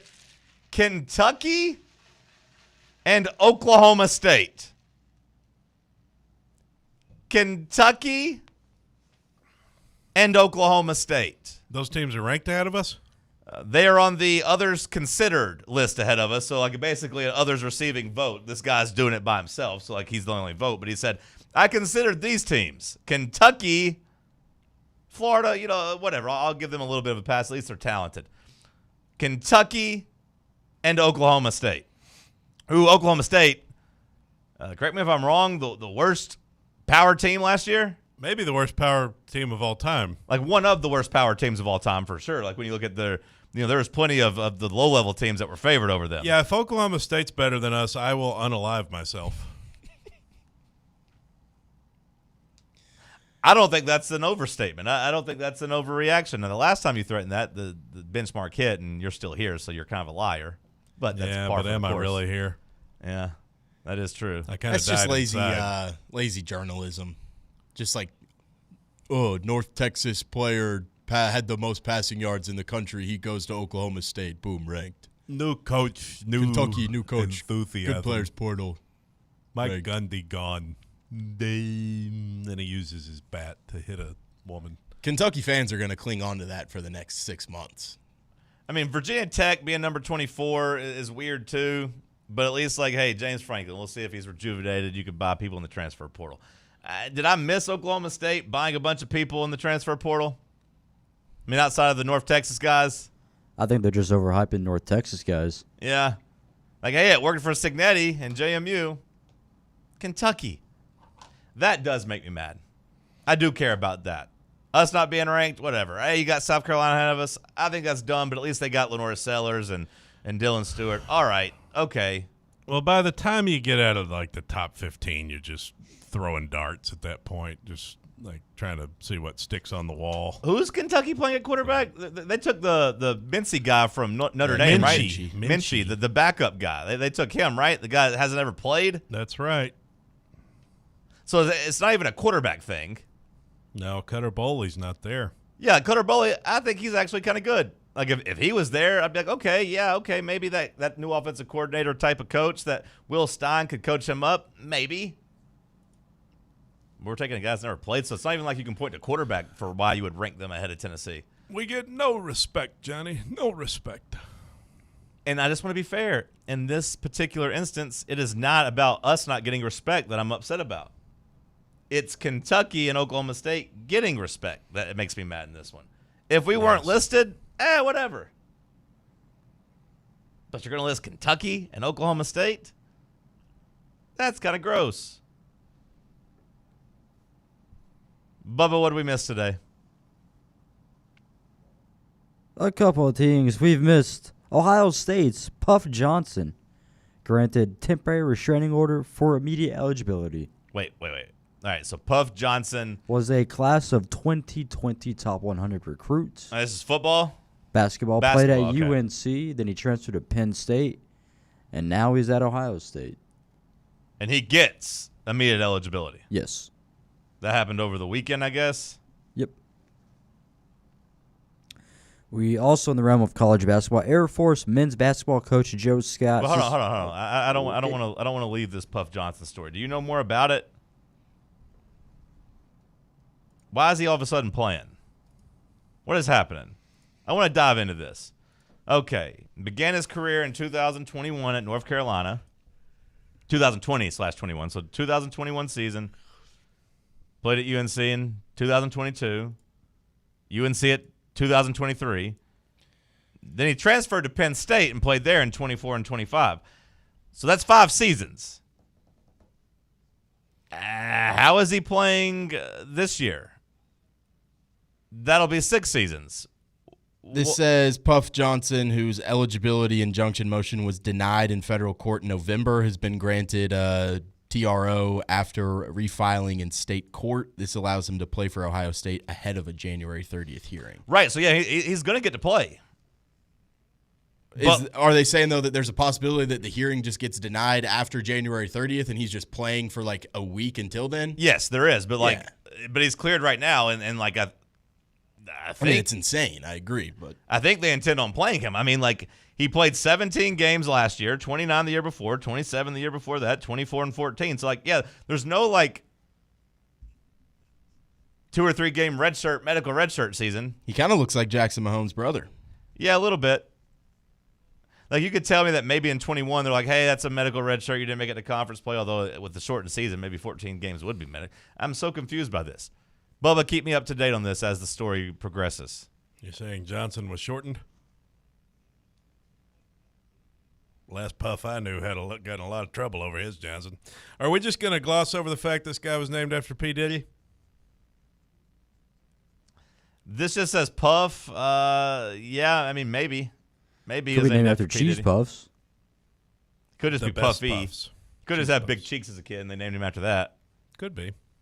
Now, if his name was like Diddy or P. Diddy Johnson, then maybe. But like Puff, I'm not going to say that is 100% being named after Sean Combs. I'd give it a 9 out of 10 likelihood. Take that. All right, Bubba, what else we missed? What'd you make of Fernando Mendoza's dad choking out his mom last night?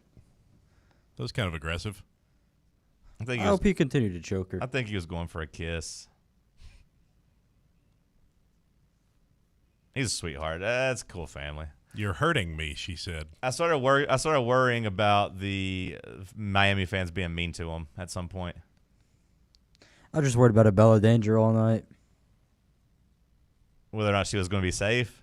Yeah. With a name like that, you never know. Air Force men's basketball coach Joe Scott suspended indefinitely after mistreating the cadet athletes. Maybe they're just soft for our military. Whoa. We had the Florida Panthers and the San Jose Sharks goalie fight.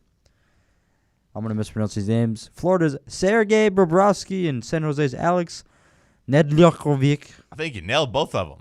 The first one is, especially. The second one, you got choked up a little bit, but it was a mouthful. What was that second one again? Nedljakovic. No, that second time was pretty good. That sounds good, yeah. Now do them both one more time. Sergei Bobrovsky. Nailed it. Alex Nedljakovic. Nailed it. Good job by you, Bubba. That's what Kind of sounds like your native tongue. Yeah. Oh. That's what Brittany Anyways, they Griner were heard swinging all while Fernando Mendoza was swinging. We have also Professional Women's Hockey League. Yes, that's a thing.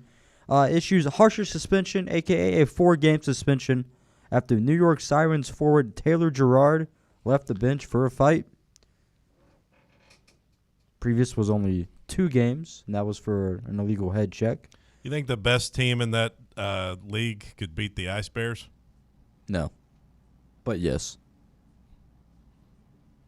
We have the Braves shortstop Ha-Sung Kim slipping on ice, out 4 to 5 months with a hand injury.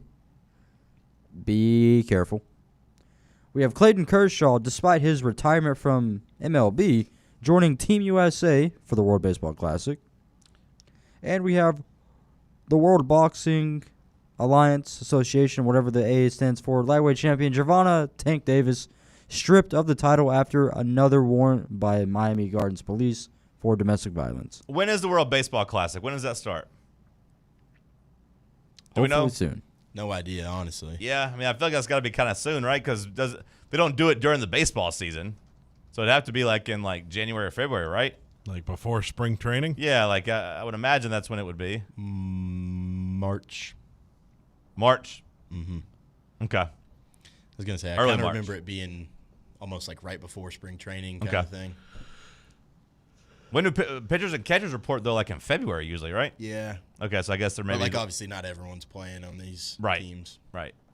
And if you are getting some work as a pitcher or a catcher... Tony Vitello gets a scrimmage against Team USA. Does he? Yes. Is that going to be televised? Probably not. MLB Network going to pick that up? They should. He'll have a better shot at that than when he plays Team Japan in his own division. The Braves play Colombia. Okay. Canada plays the Phillies. Canada plays the Phillies. I don't know if I care about the World Baseball Classic or not, but I'll be in the mood for like patriotism because the Olympics are soon. The Olympics. You get fired up for the Winter Olympics? I don't really get fired up, but like if Canada and U.S. play for the gold medal in hockey, like that'll be something that gets people going. But no, I don't really. There's not really any Winter Olympic sports I care about. You don't like curling? No, I mean I'll watch it, but like guys like you pretend like they like curling, once every 4 years and get all into it. Like, oh, this is great. Yeah, guys like me do pretend we like it. I like watching the skiing and stuff. Yeah, I think that's pretty entertaining. I like the speed skating. I used to really like watching Apollo Ono skate. Like I did like watching him do the speed skating. But the long jumping, like when they do the big air stuff, like sometimes I like that. Is the Ginger still around, the snowboarder? That's a good question. Lindsey Red Vine. Gerard? He's talking about Shaun White, of course. Yeah. The flying tomato. Come on, Bubba. We got a new one now. Baby. We got a new one? Flying Ginger. Yeah, Red Gerard. I don't think that's who he was asking about, though. No, I was talking about the Flying Ginger. Also a guy named Zeb Powell. February 6th. Friday, February 6th is the opening ceremony, so we're a couple weeks away. Is Tiger Woods competing? No, but Lindsey Vonn is. Okay. She's back. I like her. Yeah? Yeah. I want to watch her. Yep. Okay. Well, do they have a lot of sex like the Summer Olympians? The winter ones?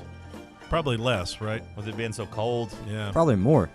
Warms the body up. Yeah, but you got to get all the clothes off. You got to make it's more effort. It's more effort. Where are the Olympics? Italy. Kind of romantic. Gotta kind of keep an eye on those ski lodges over there. Hope they're flame retardant. The Tony Vasilio Show coming up next. Stay locked in on Fan Run Radio.